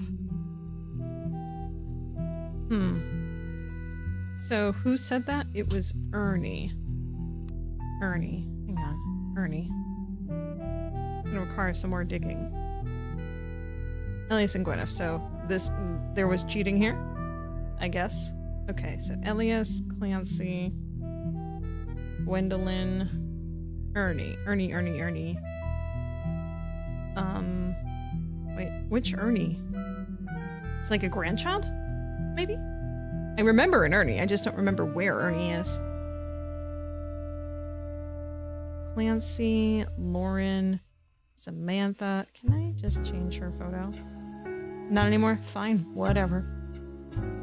Zach, Angelica, Guy, Bonnie, Gwen, Caroline, Gwen, Ernest. There we are. So we found Ernie. So, grandchild, son to Sam. Son of Sam. You might want to say. Maybe. Okay, so that's the context there. Elizabeth has a daughter, Guy's secretary. Okay. I wish I knew about the highlighting before writing all this. Let's see. Who is Beth? Said Ernie. Son of the two knuckleheads. Nope. No, it's not. It's not. But it was Elias and Gwen.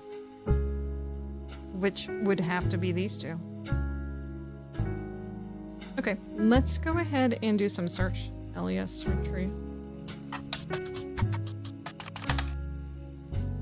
Ah, this is the latest version. Excellent. Elias and Gwyneth Roottree were never really celebrities, but the general public's perception of them as classic faces associated with the Roottree Candy Company has always been in somewhat high regards. This was Elias's intention as a family man with his family brand. I'm a family man with my family brand. I'm gonna go roll around my family van and have family relations with family people. I'm gonna have a bigger family. You dig?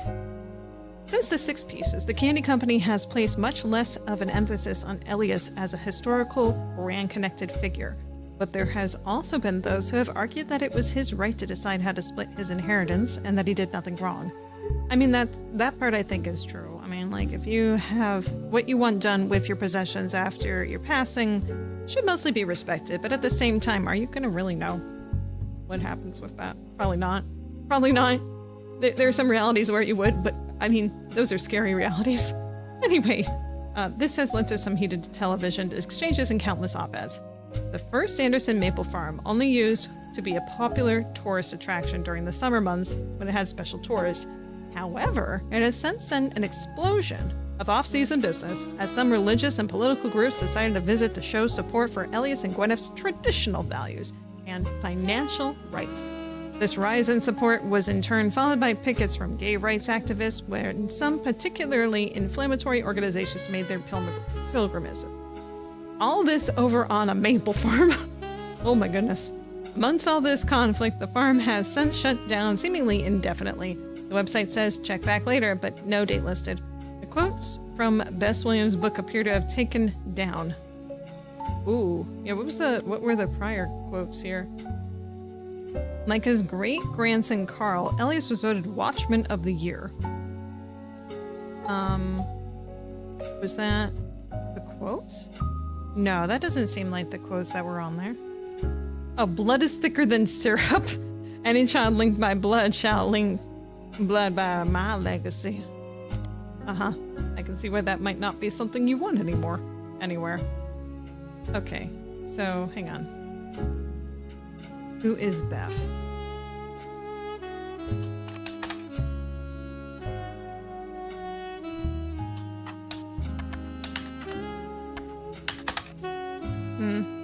Figured I'd check.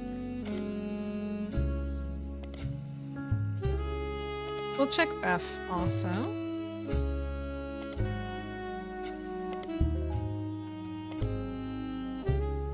This is really needle hunting, I feel.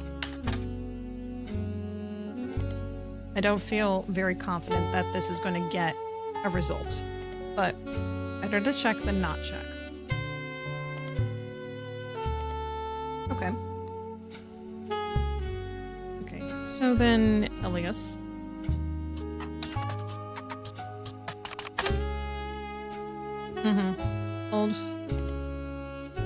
Old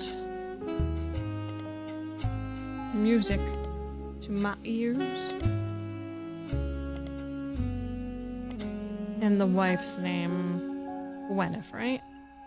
She's obviously gonna be headlining Teen Blast.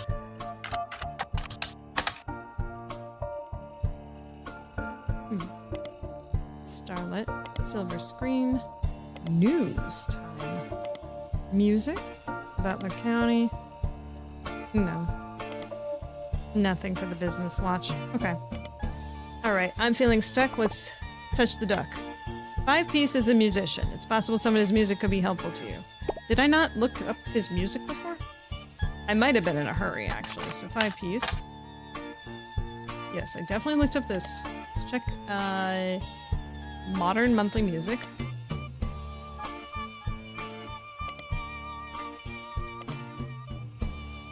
News time. Okay, this one I looked up before. Silver Screen Magazine, Starlet, Teen Blast. He's in Teen Blast? Okay. Attractive enough. That's the summation. If this music is not targeted toward teen girls, they seem to be paying attention anyway. While he hasn't done any interviews with the magazine, they've listed him among the hunky hotties for the past few months with small bios that tell you various facts about him. Just as a reminder what he looks like. Hang on a second. Hunky hotties right there. For teens. For teens. Anyway, well, he hasn't done... this includes his real name, David, his birthday, February 9th, 1977, his star sign Aquarius, and where he grew up. Foster care in Portland. Hunky hotties. I like the hunky hottie info. Excuse me. A letter to the editor also claims that it's not possible that he was born in 1977, as he claimed on the song called 17 magazine, that he turned 17 in 1992. The editor responds with a statement that they've reached out to his agent to ask about the song, were told it wasn't performed by 5Ps and that they shouldn't print rumors. It's possible. Yes, 1977, and it's what, 1999 now, so the guy's 22? I guess that's still kind of young enough to be in a teen magazine, but still it's weird that teens are fawning over you. Don't you think? I think. 17 magazine. Okay, well, we're gonna look this up. 17 magazine, sometimes referred to as 17 magazine, is the title of an unreleased and controversial song by Dirty Davy. Dirty. There's mentions of it on a few sites, claiming that it was on the first release of his first mixtape, but was removed. There's no audio or visual evidence of it existing, but there are independent accounts from people who have claimed to have heard it, and they do generally line up. According to their recollection, it was about many different loosely connected occurrences of the number 17, most violently. The intro states it was written by on Davy's 17th birthday and involved a fictional but glorified series of murders at a fashion show of a teenage magazine with a similar name to the song title. The person doing the violence was apparently trying to beat Dahmer's high score. Jeffrey Dahmer had pleaded guilty to killing 16 people in 1992. Okay, that's wonderful. It's wonderful stuff that they're doing there. Due to major acts of gun violence in schools earlier this year and the subsequent backlash against violent music and video games, it is generally considered in very poor taste to bring it up. Most of the people that enjoy mentioning it online are either trolls trying to shock people or come from the morbidly curious corners of the internet. Very morbid. Francisco Sorio, hello. Good to see you. You're so very, very beautiful and sexy. My eyes typically are very, very sexy. Thank you. I appreciate you acknowledging that. They are oogly. The pupils are titular. Very much so. They must stand people up on the ends of the earth every day. So, anyway, we're talking about trolls on the internet, I guess. Anyway, so 17 magazine. Let's look it up in the periodicals here. 17 magazine. Nothing relevant. It was just in that article. What are you talking about? Nothing relevant. I might have spelt it weird. Or is it magazines? Butler County Times. Business Watch. Magazines? Magazines. Magazine. Modern music. Okay, I don't think there was anything here for that. Teen Blast. Did I just spell it wrong? 17 magazine. No, I spelled it right. Okay. Don't know. Hunky Honey. So funny. But in 1977, which would make... You can't be the first one then. We're talking about the late 70s? I mean... She had a husband, for certain. She only is mentioned to have one kid. So it could be these could be switched. That could be it. Maybe that's why nothing is procced so far. Or it's just because I think I need 4, right? I think I need 4 now to proct. Yeah, I need 4. Damn. Where are you country from? I would like to say Mars. Or the moon. At this point in juncture in time. But alas, I am from the United States. That is just alas right now. Let's see. So we could try switching these two. I can remember all their names. It's not as simple as switching them, is it, though? Because you gotta remember the names and everything. I don't know if it's worth it. Maybe I'll just leave it as is for right now. Yeah, let's just leave it. Especially since... Wait. Hang on. I was gonna say, I don't have 4. Like, I do have 4. I have 1, 2, 3, 4. We know for certain that's his name. We know for certain that's his name. And so forth. You have a couple. There are a couple couples on this screen. You are correct. Look at all this. Look. Here is one couple. That's another couple. Some more couples here. Most of these are dead. But, you know, they're still couples. They couple together. It's all cool. All right. And look at this guy. Had a lot of couples. More than he probably should have. But, you know, it's life. Let's see. So this says 75 to 82. And this dude was born in 77. So at earliest, it could have been 76 for him being incubated. I think that he belongs over here. Yeah. Because otherwise 82 seems really late for him to be over here. This seems more likely. And we have some information about Flavio as well highlighted. Let's see. Flavio. He's 18 years old as of right now. So that's definitely younger than this dude. So yeah, he needs to be over on the right side. You're from Peru. Well, that's really cool. That's really cool. Ah, there's just probably a lot to do in Peru. Like Peru's. Pretty cool. Alright, I think we need a hint, maybe. Maybe. It is David Fellows. It could be just that I have his name incorrect. Just Fellows. His last name is Fellows. Unless... Oh, wait, no! Her last name can't be Fellows. Because we gotta put the maiden name in here. I forget. Did the game lock in the green box you put in? The green box? It has not locked it in, but... Yeah. I mean, there's no way this could be anyone else but this dude. Zero chance. What's Joanna's actual last name? Crap. Okay. Joanna Fellows. We gotta look her up.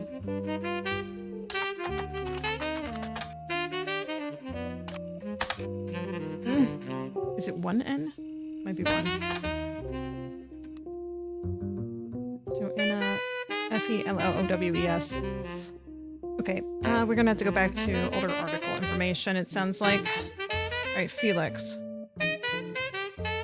Zach Morton's secretary when retired, and yeah, so she had to be the first one. Okay.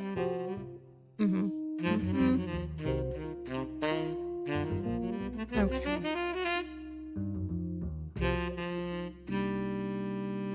Guy Hudson. I was just wondering if it was going to count for the 4 needed. Yeah. I believe so. I believe so. Guy, let's see. Felix Fellows, born to Riley and Joanna Fellows. Never rapped without a moniker.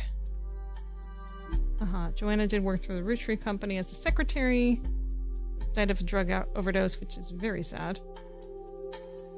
Said it was in the news article here. So,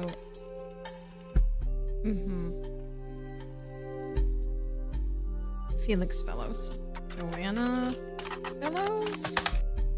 Ugh, let's just keep looking her up. We might find something. Wait, it was 2 ends. It was 2 ends. Why am I doing 1? Business Watch. Monthly Music Watch. News Times. No, it doesn't say here. I bet if I scroll through all the last names, I'm gonna find it. That would be the most tedious thing I could possibly do. Francisco says, you are a wonderful, beautiful, and kind human being. Never change. Well, that's very wonderful, beautiful, and kind of you to say. Thank you. Thank you. I don't think I can agree with all those things. But that's very nice of you to say. Let's see here. Joanna. David Fellows. His birthday was actually David Fellows, Dirty Davy. Previous stage name. Oh, there are some people selling old mixtapes on auction sites. One is apparently called Dirty Devil, the other is called Dirt Poor. Oh dear. Okay. I shouldn't laugh at that. That's mean. Okay, we'll look up Dirty Davy. Yeah. Okay. Probably wasn't that popular. But we'll find. We'll look. We'll find. You have couple or no? I just showed you all the couples I had. I have a lot of couples in this game. Lots and lots of couples. Okay, let's see here. Dirty Devil. Let's try that one.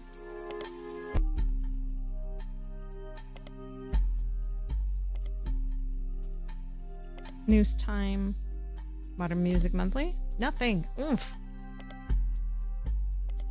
Wonder if I can just search it by itself. We need to find music for him. Dirty Devil was 5P's first mixtape, released as Dirty Davy from the early 90s.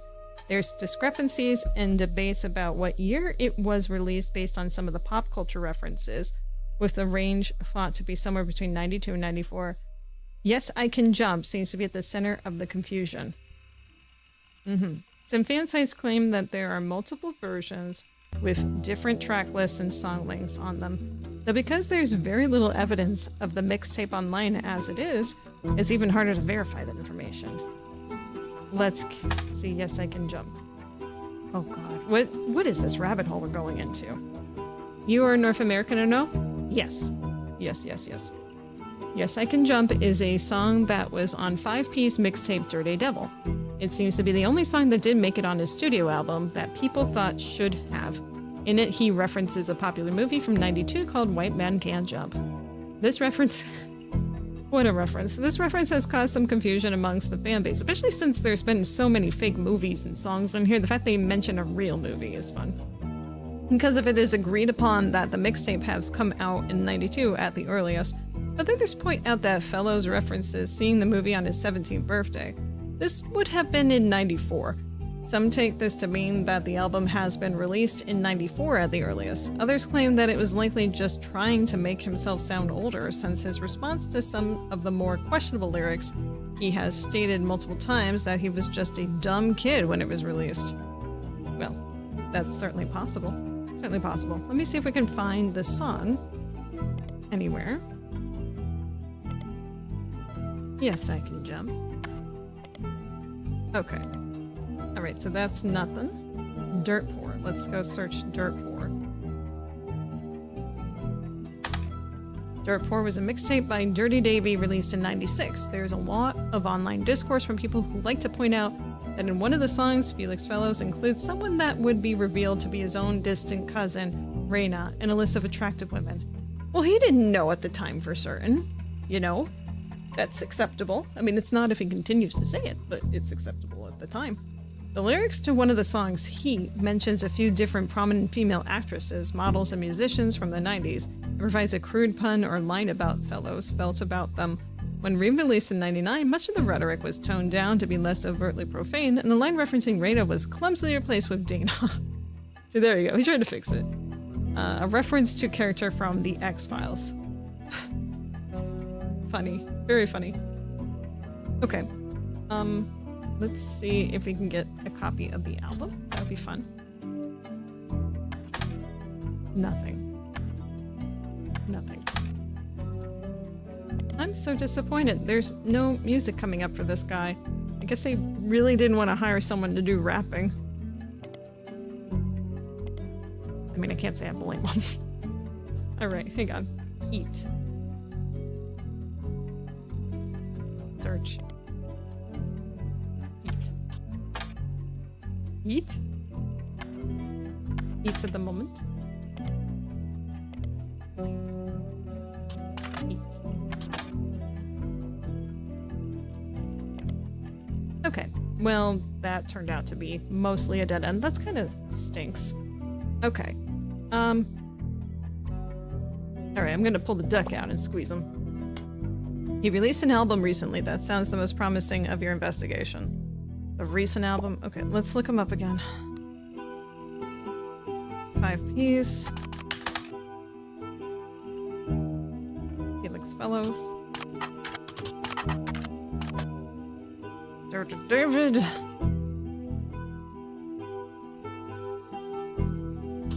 Dirty Davy. Okay, fine. Whatever. Where are you? Dirty Davy.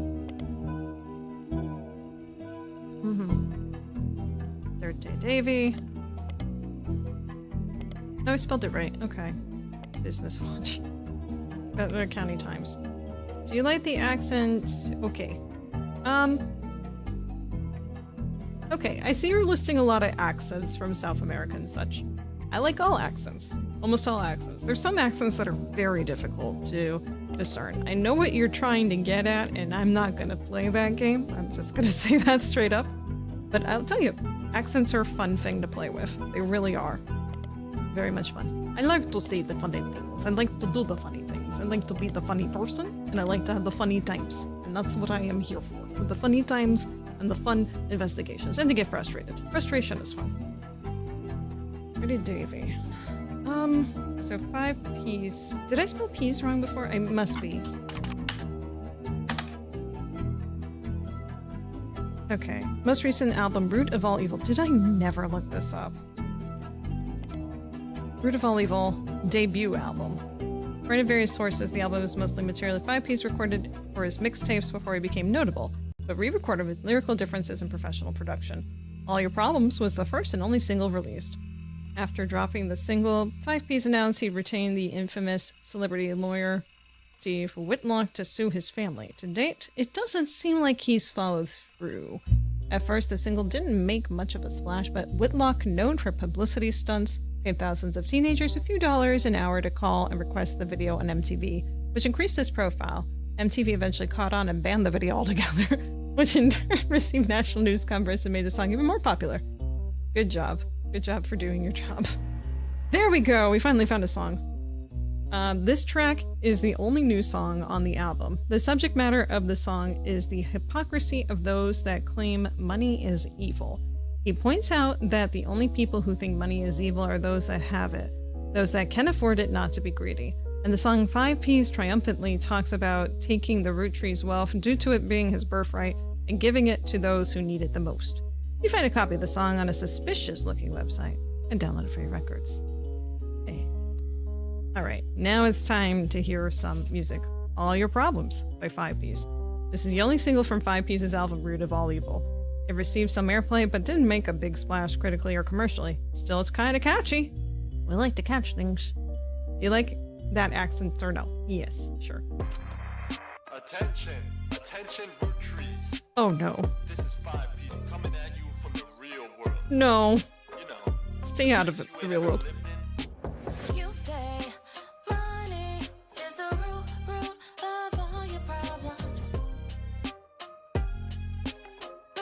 Root of all your Man, problems. y'all are hypocrites, sitting back in your massive estates, built from the cash that your ancestors gave you, acting like you somehow deserve it, based on your family's creations. Yo, but look at here, sonny, don't you come for our money, or you might burn bright in hellfire someday, like that Madsen chick, and her 2 dads. My pappy's cleansing trust should keep you away. Yo, it's disturbing, catching a sermon from a geezer who's never known hurt, but blurts out these claims that somehow we're sinners. Trying to be Eminem. When all of your worth that came free with your name, you expect me to treat your lectures on greed as some expert creed from he without blame. How about instead, I turn my other cheeks and spread them. When you give me a kiss, you'll know just where to aim. You say money is the root of all your problems. Let me take those problems away.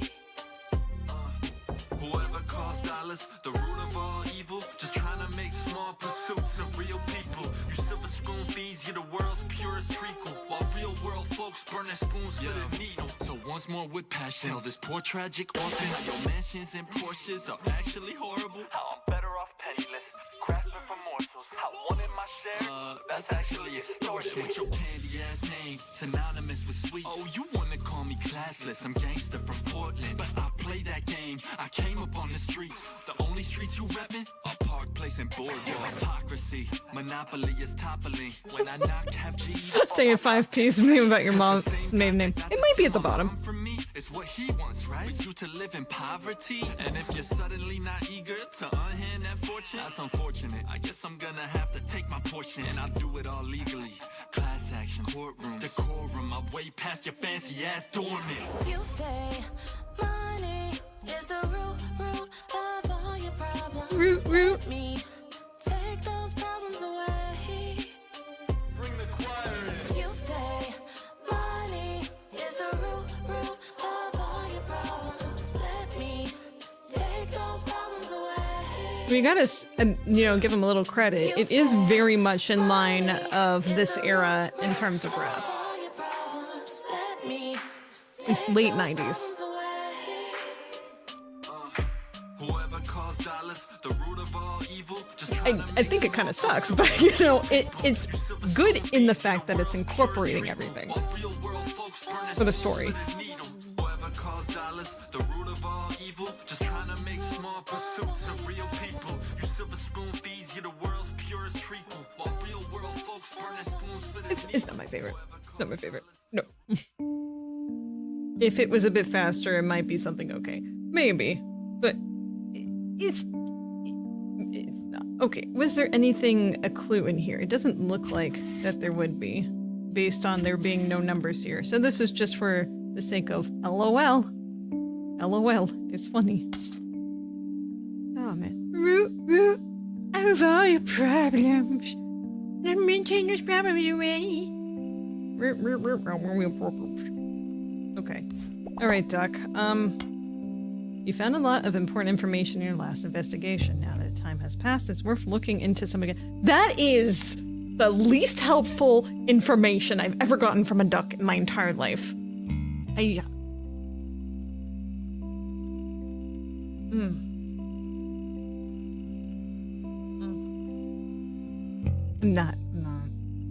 okay. I'm okay. I'm okay.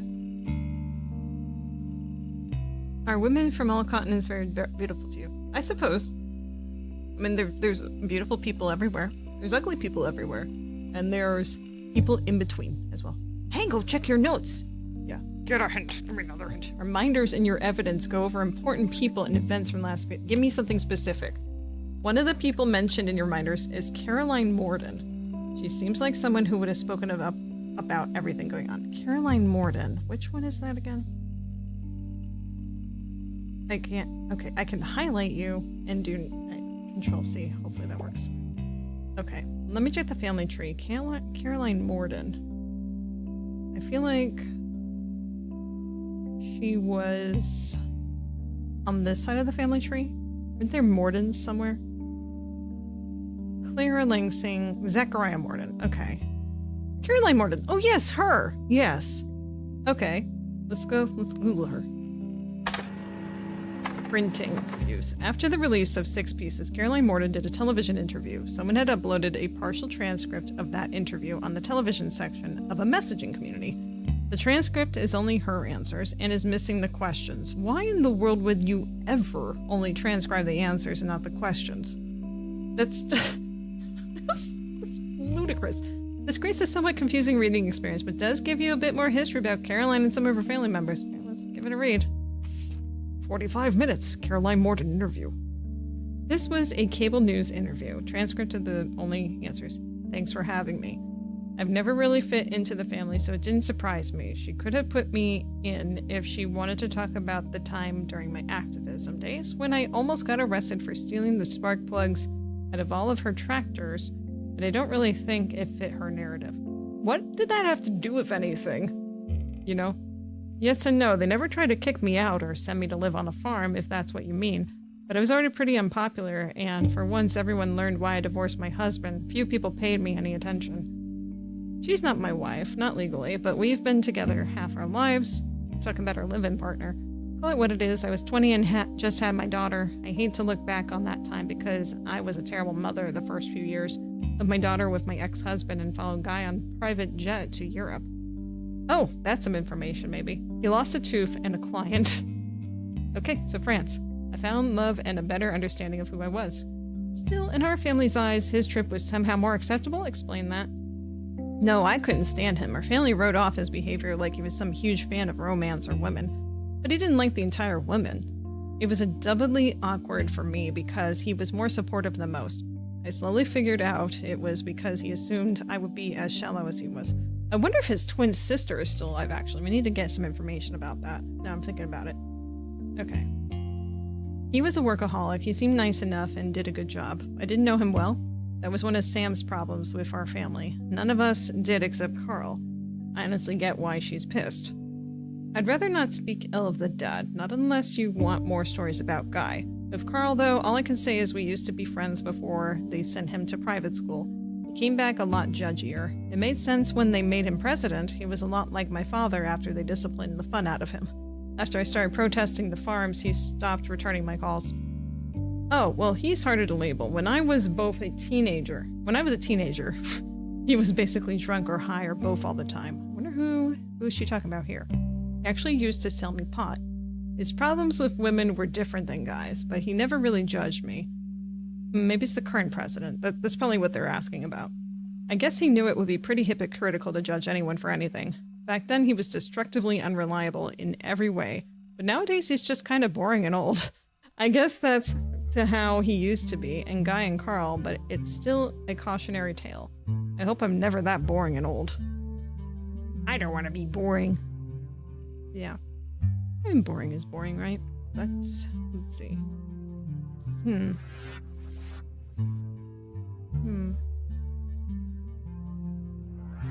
I don't know who they're referring to here. That's okay. Alright, well, we did find that interview, and I don't think that was super enlightening, to be honest, but it's information. Okay. What was Bonnie Hudson? Yeah, I would say Bonnie's still alive. Let's look her up.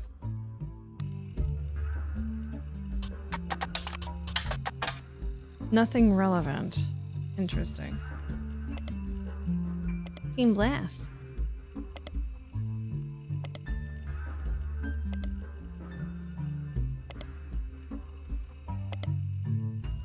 Was it just Guy that died, or was his wife too? I wonder. Patricia Jones.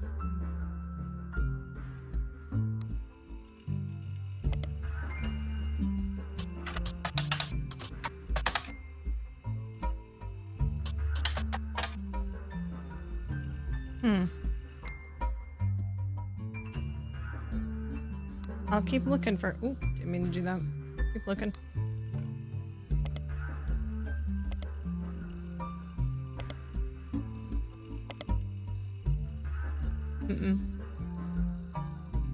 Oh, yeah, she did die in the accident. Okay, well then never mind. She did not give an interview.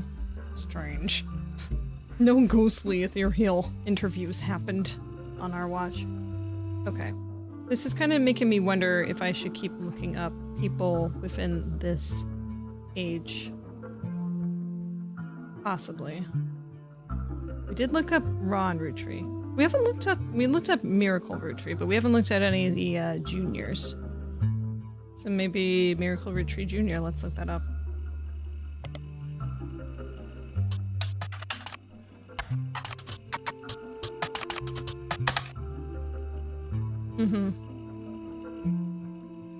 No, we already pulled this up.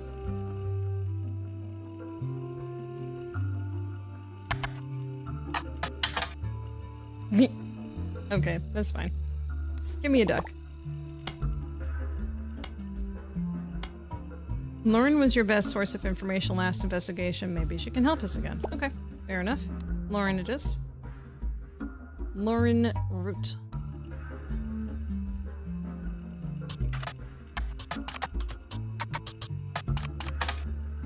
In the wake of Six Pieces' release, Lauren Roottree, an author of Life Between Wars, was tracked down by a reporter as being in one of the most upscale memory care facilities in Pittsburgh.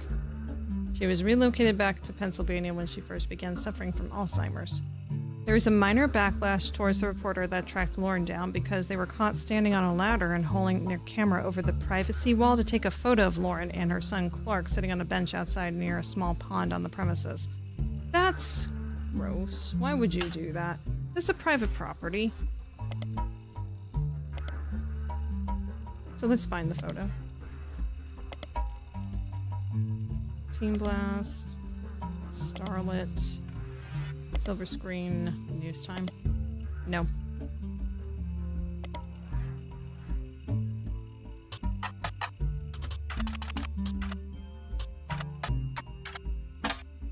We're gonna look him up again.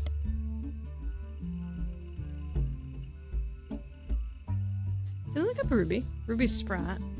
Yes, we did. Ruby was a legal person.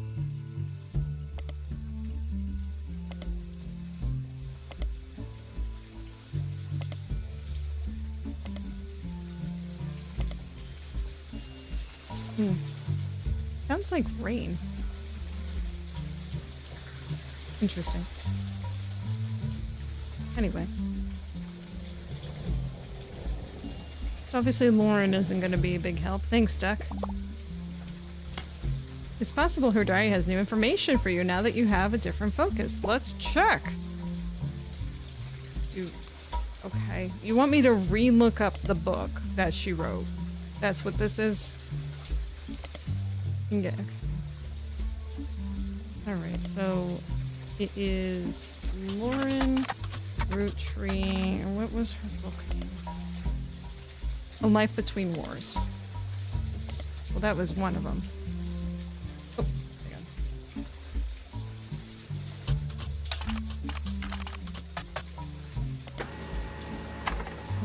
Okay.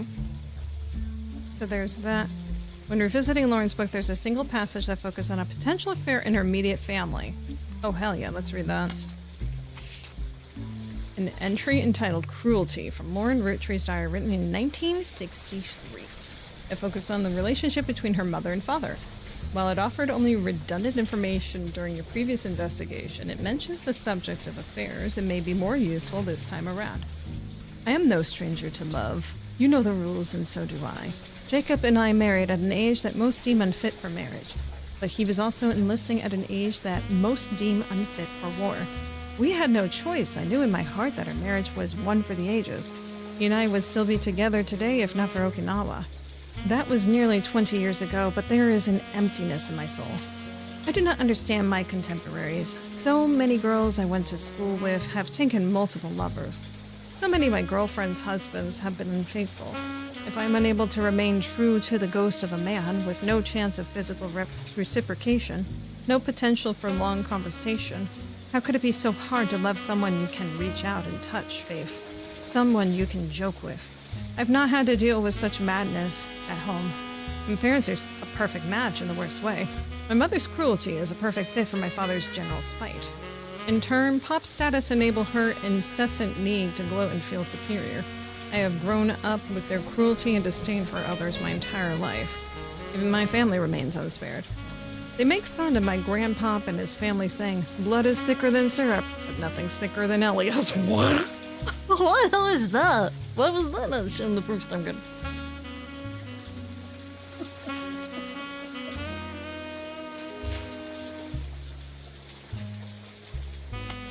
I keep that. They mimic Grandma Gwyneth's lisp and see her kindness as a weakness. Elias, please remember him. Elias, please remember him. And even her family's maladies and religion go unmocked. Remember, God only put one eye in Miracle. I can say without a doubt in my mind that my parents have never had eyes for anyone outside their marriage. They're too self-centered to look astray. You sure about that? Are you positive about that? Please remember... Elias, remember, please? Remember him.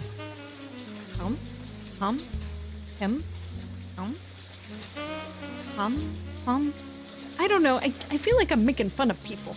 You know? Making fun of a fictional lady that with a lisp. Just screw. I'm not doing that any longer. Okay. Okay, so we have learned that Elias be thick. It's important. That's the one, I'm sure. One thick dude. Okay. We need to remember what the second book's name is, because I have a feeling there might be something else in that. Okay, so let's find her again.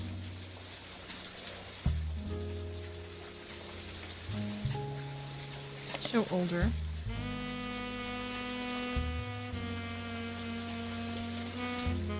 Romance in court, court jesters.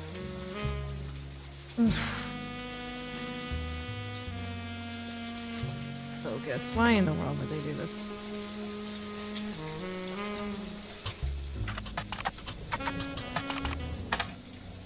Was she in any of these?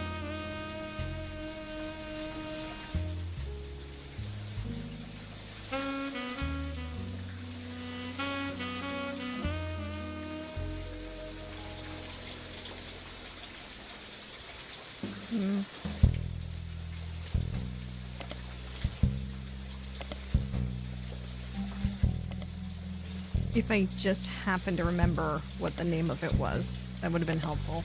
Actually, hang on. Previously. Does it say it in here?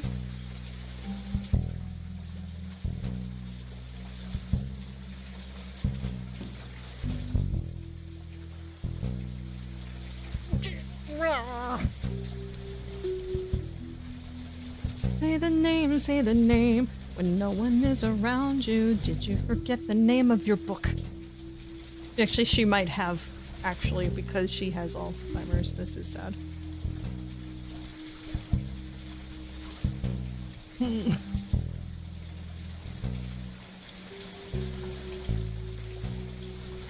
Dead ends. Ellis is hearing Roottree is claimed as a Roottree, but was not. One man on a book about Elias Roottree turned out to be propaganda. Lauren's other books, historical romance novels, though, were not very useful on their own, though could lead to other information. Caroline Morden's sculptures were not useful. Okay, so we just need to find what her other goddamn book name was. I know she had, like, the Jester books or whatever. Was it in here? Lauren Rafferty. She had originally written them under.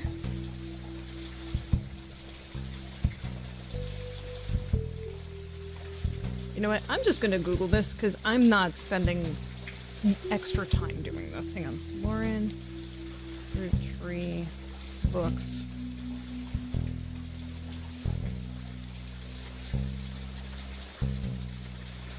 Diary. Come on. Book. Book.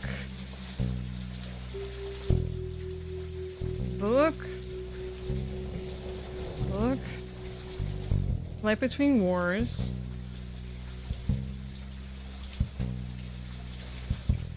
Okay.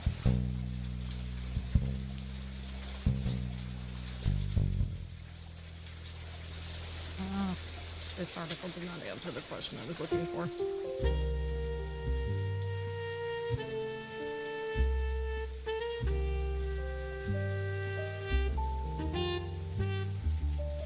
Book.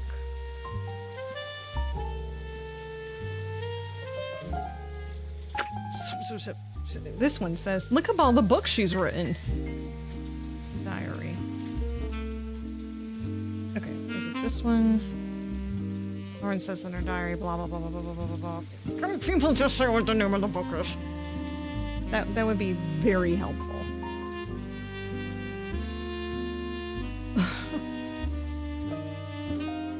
Oh, detailed walkthrough on Steam Community. Okay, great. Diary. Book. Book.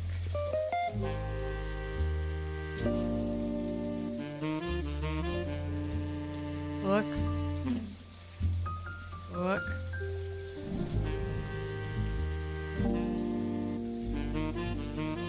Uh-huh. Oh, this is a Rootreemania guide. I don't want that. Get me out of that. All pieces of evidence. Yes, please. Okay, hang on. From the original. Got milk pitcher. Oh, yeah, that was cute. Hang on. Free spirits, next generations, regenerations. No, not Rootreemania. Don't want that. Watchman of the Year, 46, 3 Generations of Miracles.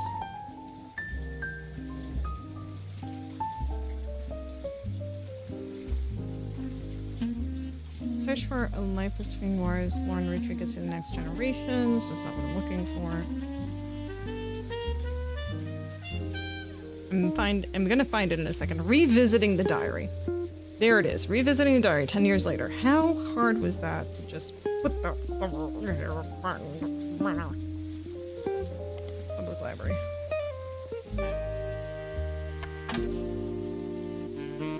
Okay.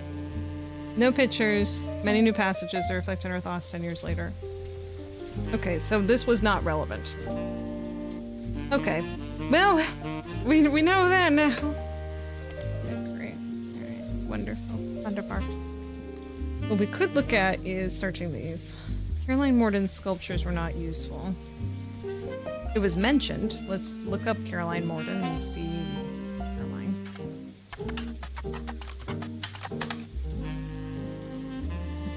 Oh, right. Yeah. Okay. She was the... Okay, never mind. Sculptures.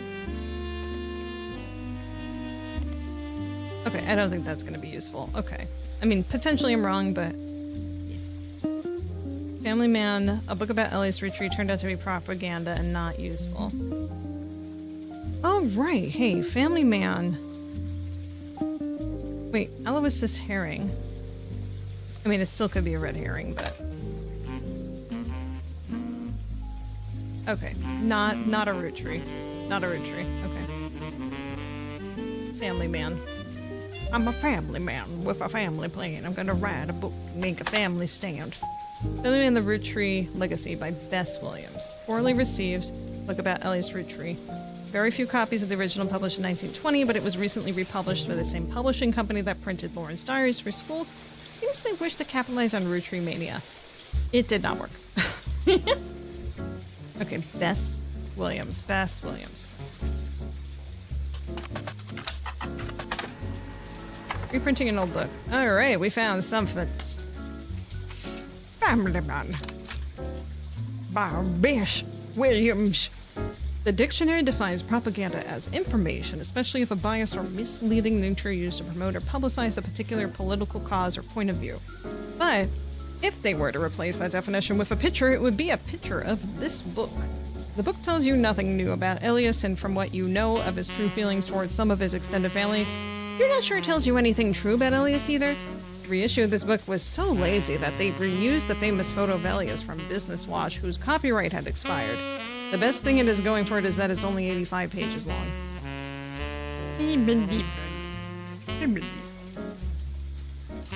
Cool. Alright, well, at least we got some new evidence, technically, but it's useless. So maybe looking into her other books is useful too.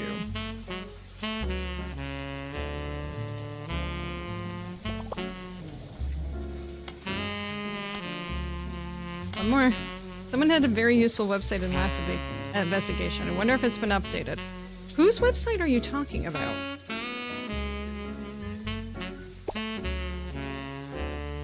This guy's. Chris Raff? We'll look. Oh, hey. Chris Rafferty's protege site seemed to have been discovered by the masses. Gone are the art pictures of his cousins. Instead, it's a list of questions that people kept emailing him. The most relevant ones are as following. Are you the son of Clark Rafferty? Yes, but I didn't grow up with him. I remember him from when I was a little kid, but I moved away with my mom when I was very young. We left Pennsylvania and moved back home to Virginia. We lived there with with Pete, my stepdad. My dad and I spoke a few times when I found his phone number on a check he sent us in the mail when I was 15. He was happy to hear from me. Now he calls me once a month and came to visit me at college. He tells me about things I don't remember and people like Guy Hudson and Ernie Madsen. My dad and I get along, but obviously we aren't very close. Obviously. Did you ever meet the Rootrees? I used to know the Rootrees, but never the sisters. I was in the office sometimes when I was a kid, and I definitely met Guy Hudson before he died, but I don't remember. My memory is weird, and it's hard to know what I actually remember and what I only think I do because I have pictures. For example, I have a photo from when I was 5 and in the office with my dad, and Guy was there. I made myself sick by eating chocolate, and some woman who I don't know cleaned my face. I don't know if my memories of that come from the picture or not. The photo has been added to your evidence. Alright, so I'm just gonna highlight that whole damn paragraph for later. Okay. How did you have proof of Ernie Madsen's heart condition? I knew Ernie had a heart problem because my dad told me on one of our phone calls. I asked him about the poison because I saw it on the Roottree Curse website, and he emailed some old stuff including the proof, but even with the proof, the website didn't take it down. You spelled fiancé wrong. I'm not good at spelling or writing. I'm good at painting and other art. I'm going to school to learn how to edit movies. I want to make cartoons someday. Lulu is much better at spelling. Should let her spell check your entries a little more, obviously. Cute. So this is probably another one. Is she pregnant? Hang on. Kind of hard to tell. All right, so this is clearly that's one of the Roottree twins. That's Guy. That's Guy on the poster. So this is the little one. This is probably one of the secretaries, and yeah, hang on. I didn't fully pay attention. I definitely met Guy Hudson before he died, but I don't remember. So I think that's Guy. I think. For example, I have a photo from when I was 5 in the office, and my dad and Guy were there. I made myself sick by eating chocolate, and some woman didn't clean my face. I don't know if his memory of that came photo or not. The photo's been added to your evidence. Okay, some woman. Some woman. Okay, so which one is you, buddy? Is it you? Or is it you? Oh, there's the curl. That's gotta be you. I mean, it makes sense. You're right by your son. So, there you go. There you go. Some side stuff. And then we have another photo of you. Yeah, the orange hair. Obviously, the orange hair. Okay. And then we have another lady, which could be anyone at this point. I don't know which one. I'm just gonna say her, because the kid was pretty young. Wait. Huh? Why is it a guy? Oh, never mind. I was gonna say, like, where is she? I'm just making an assumption. I don't know if that's right.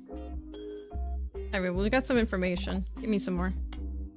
The family tree update, 1998, is interesting because it features 2 people from the previous tree.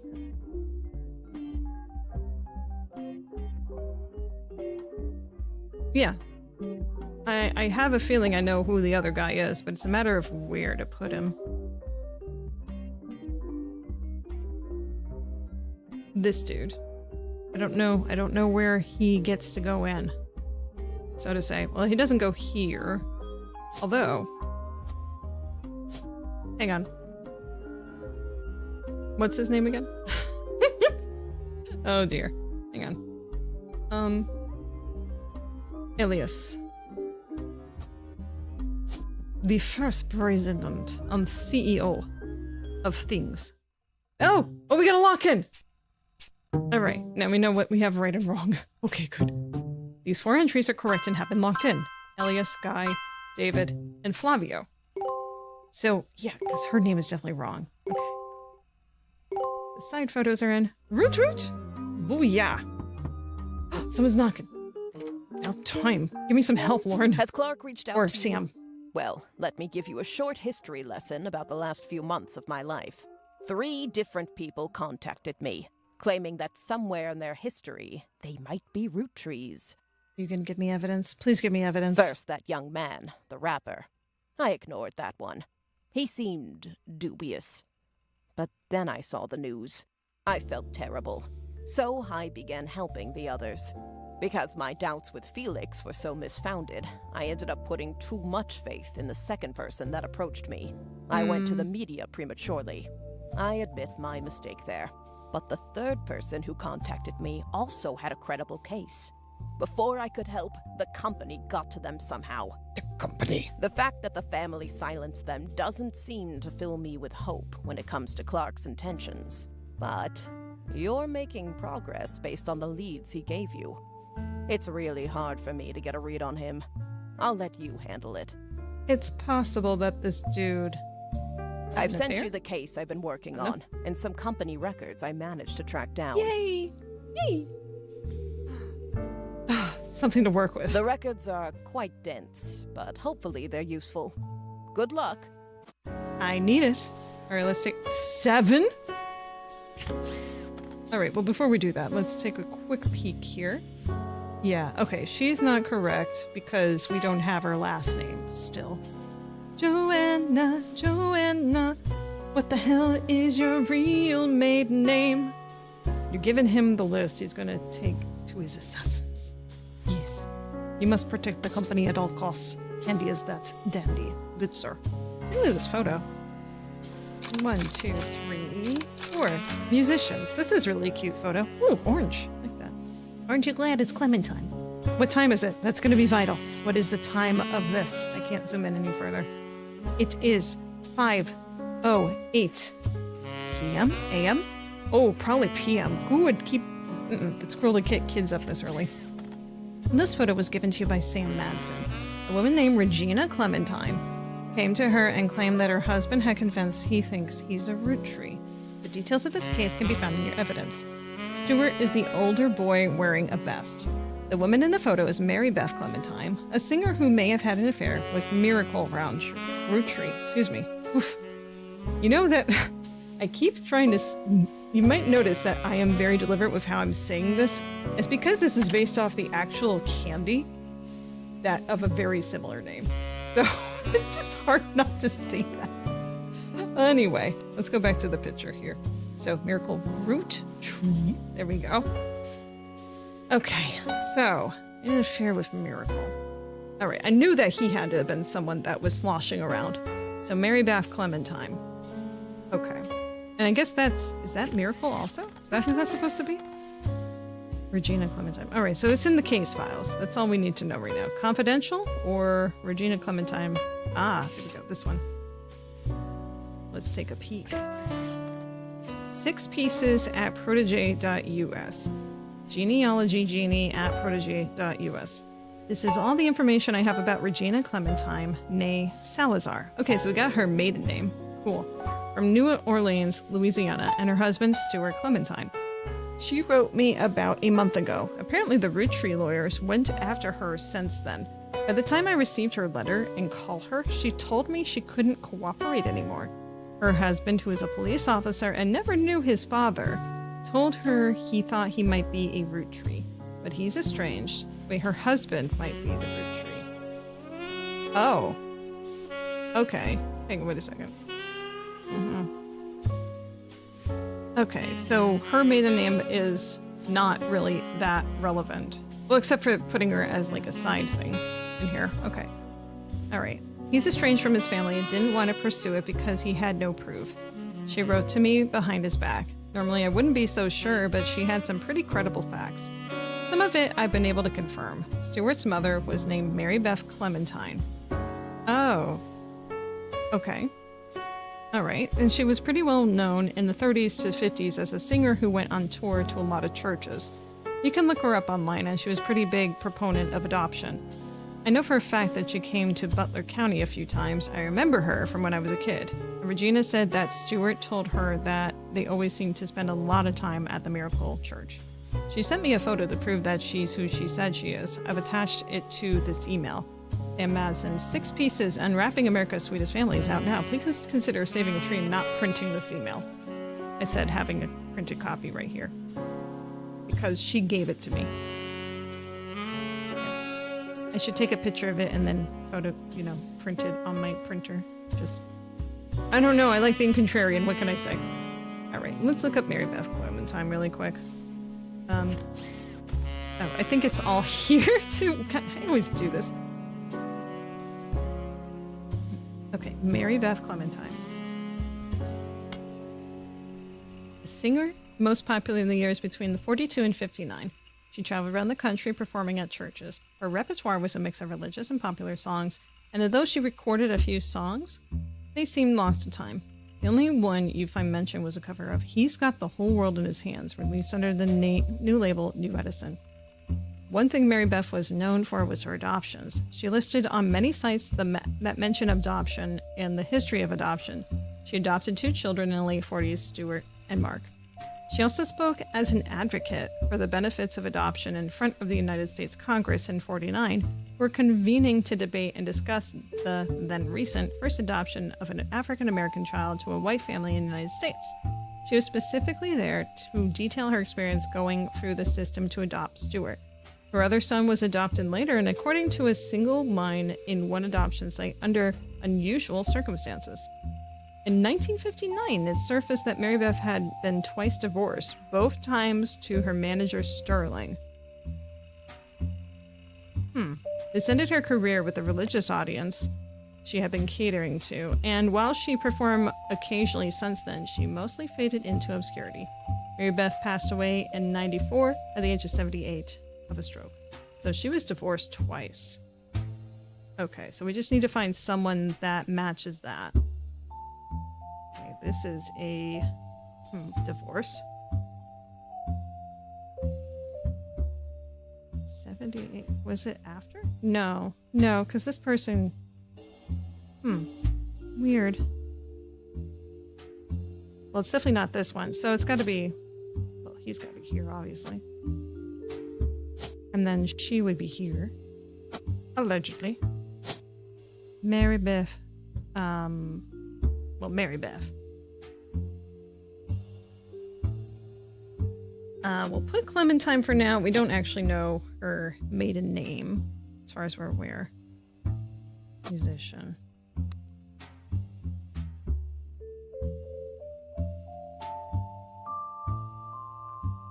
Mm-hmm.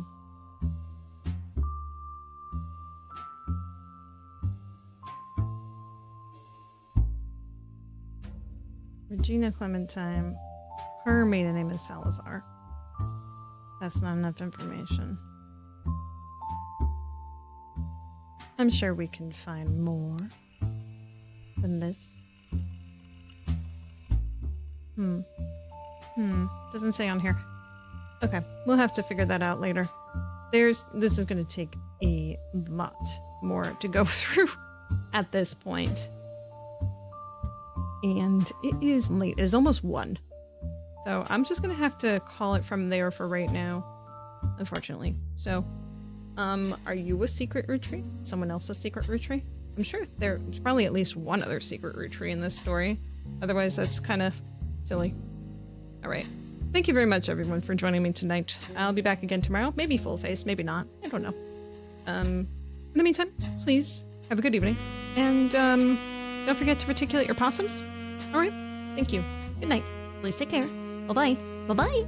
Bye-bye. See you later. Bye.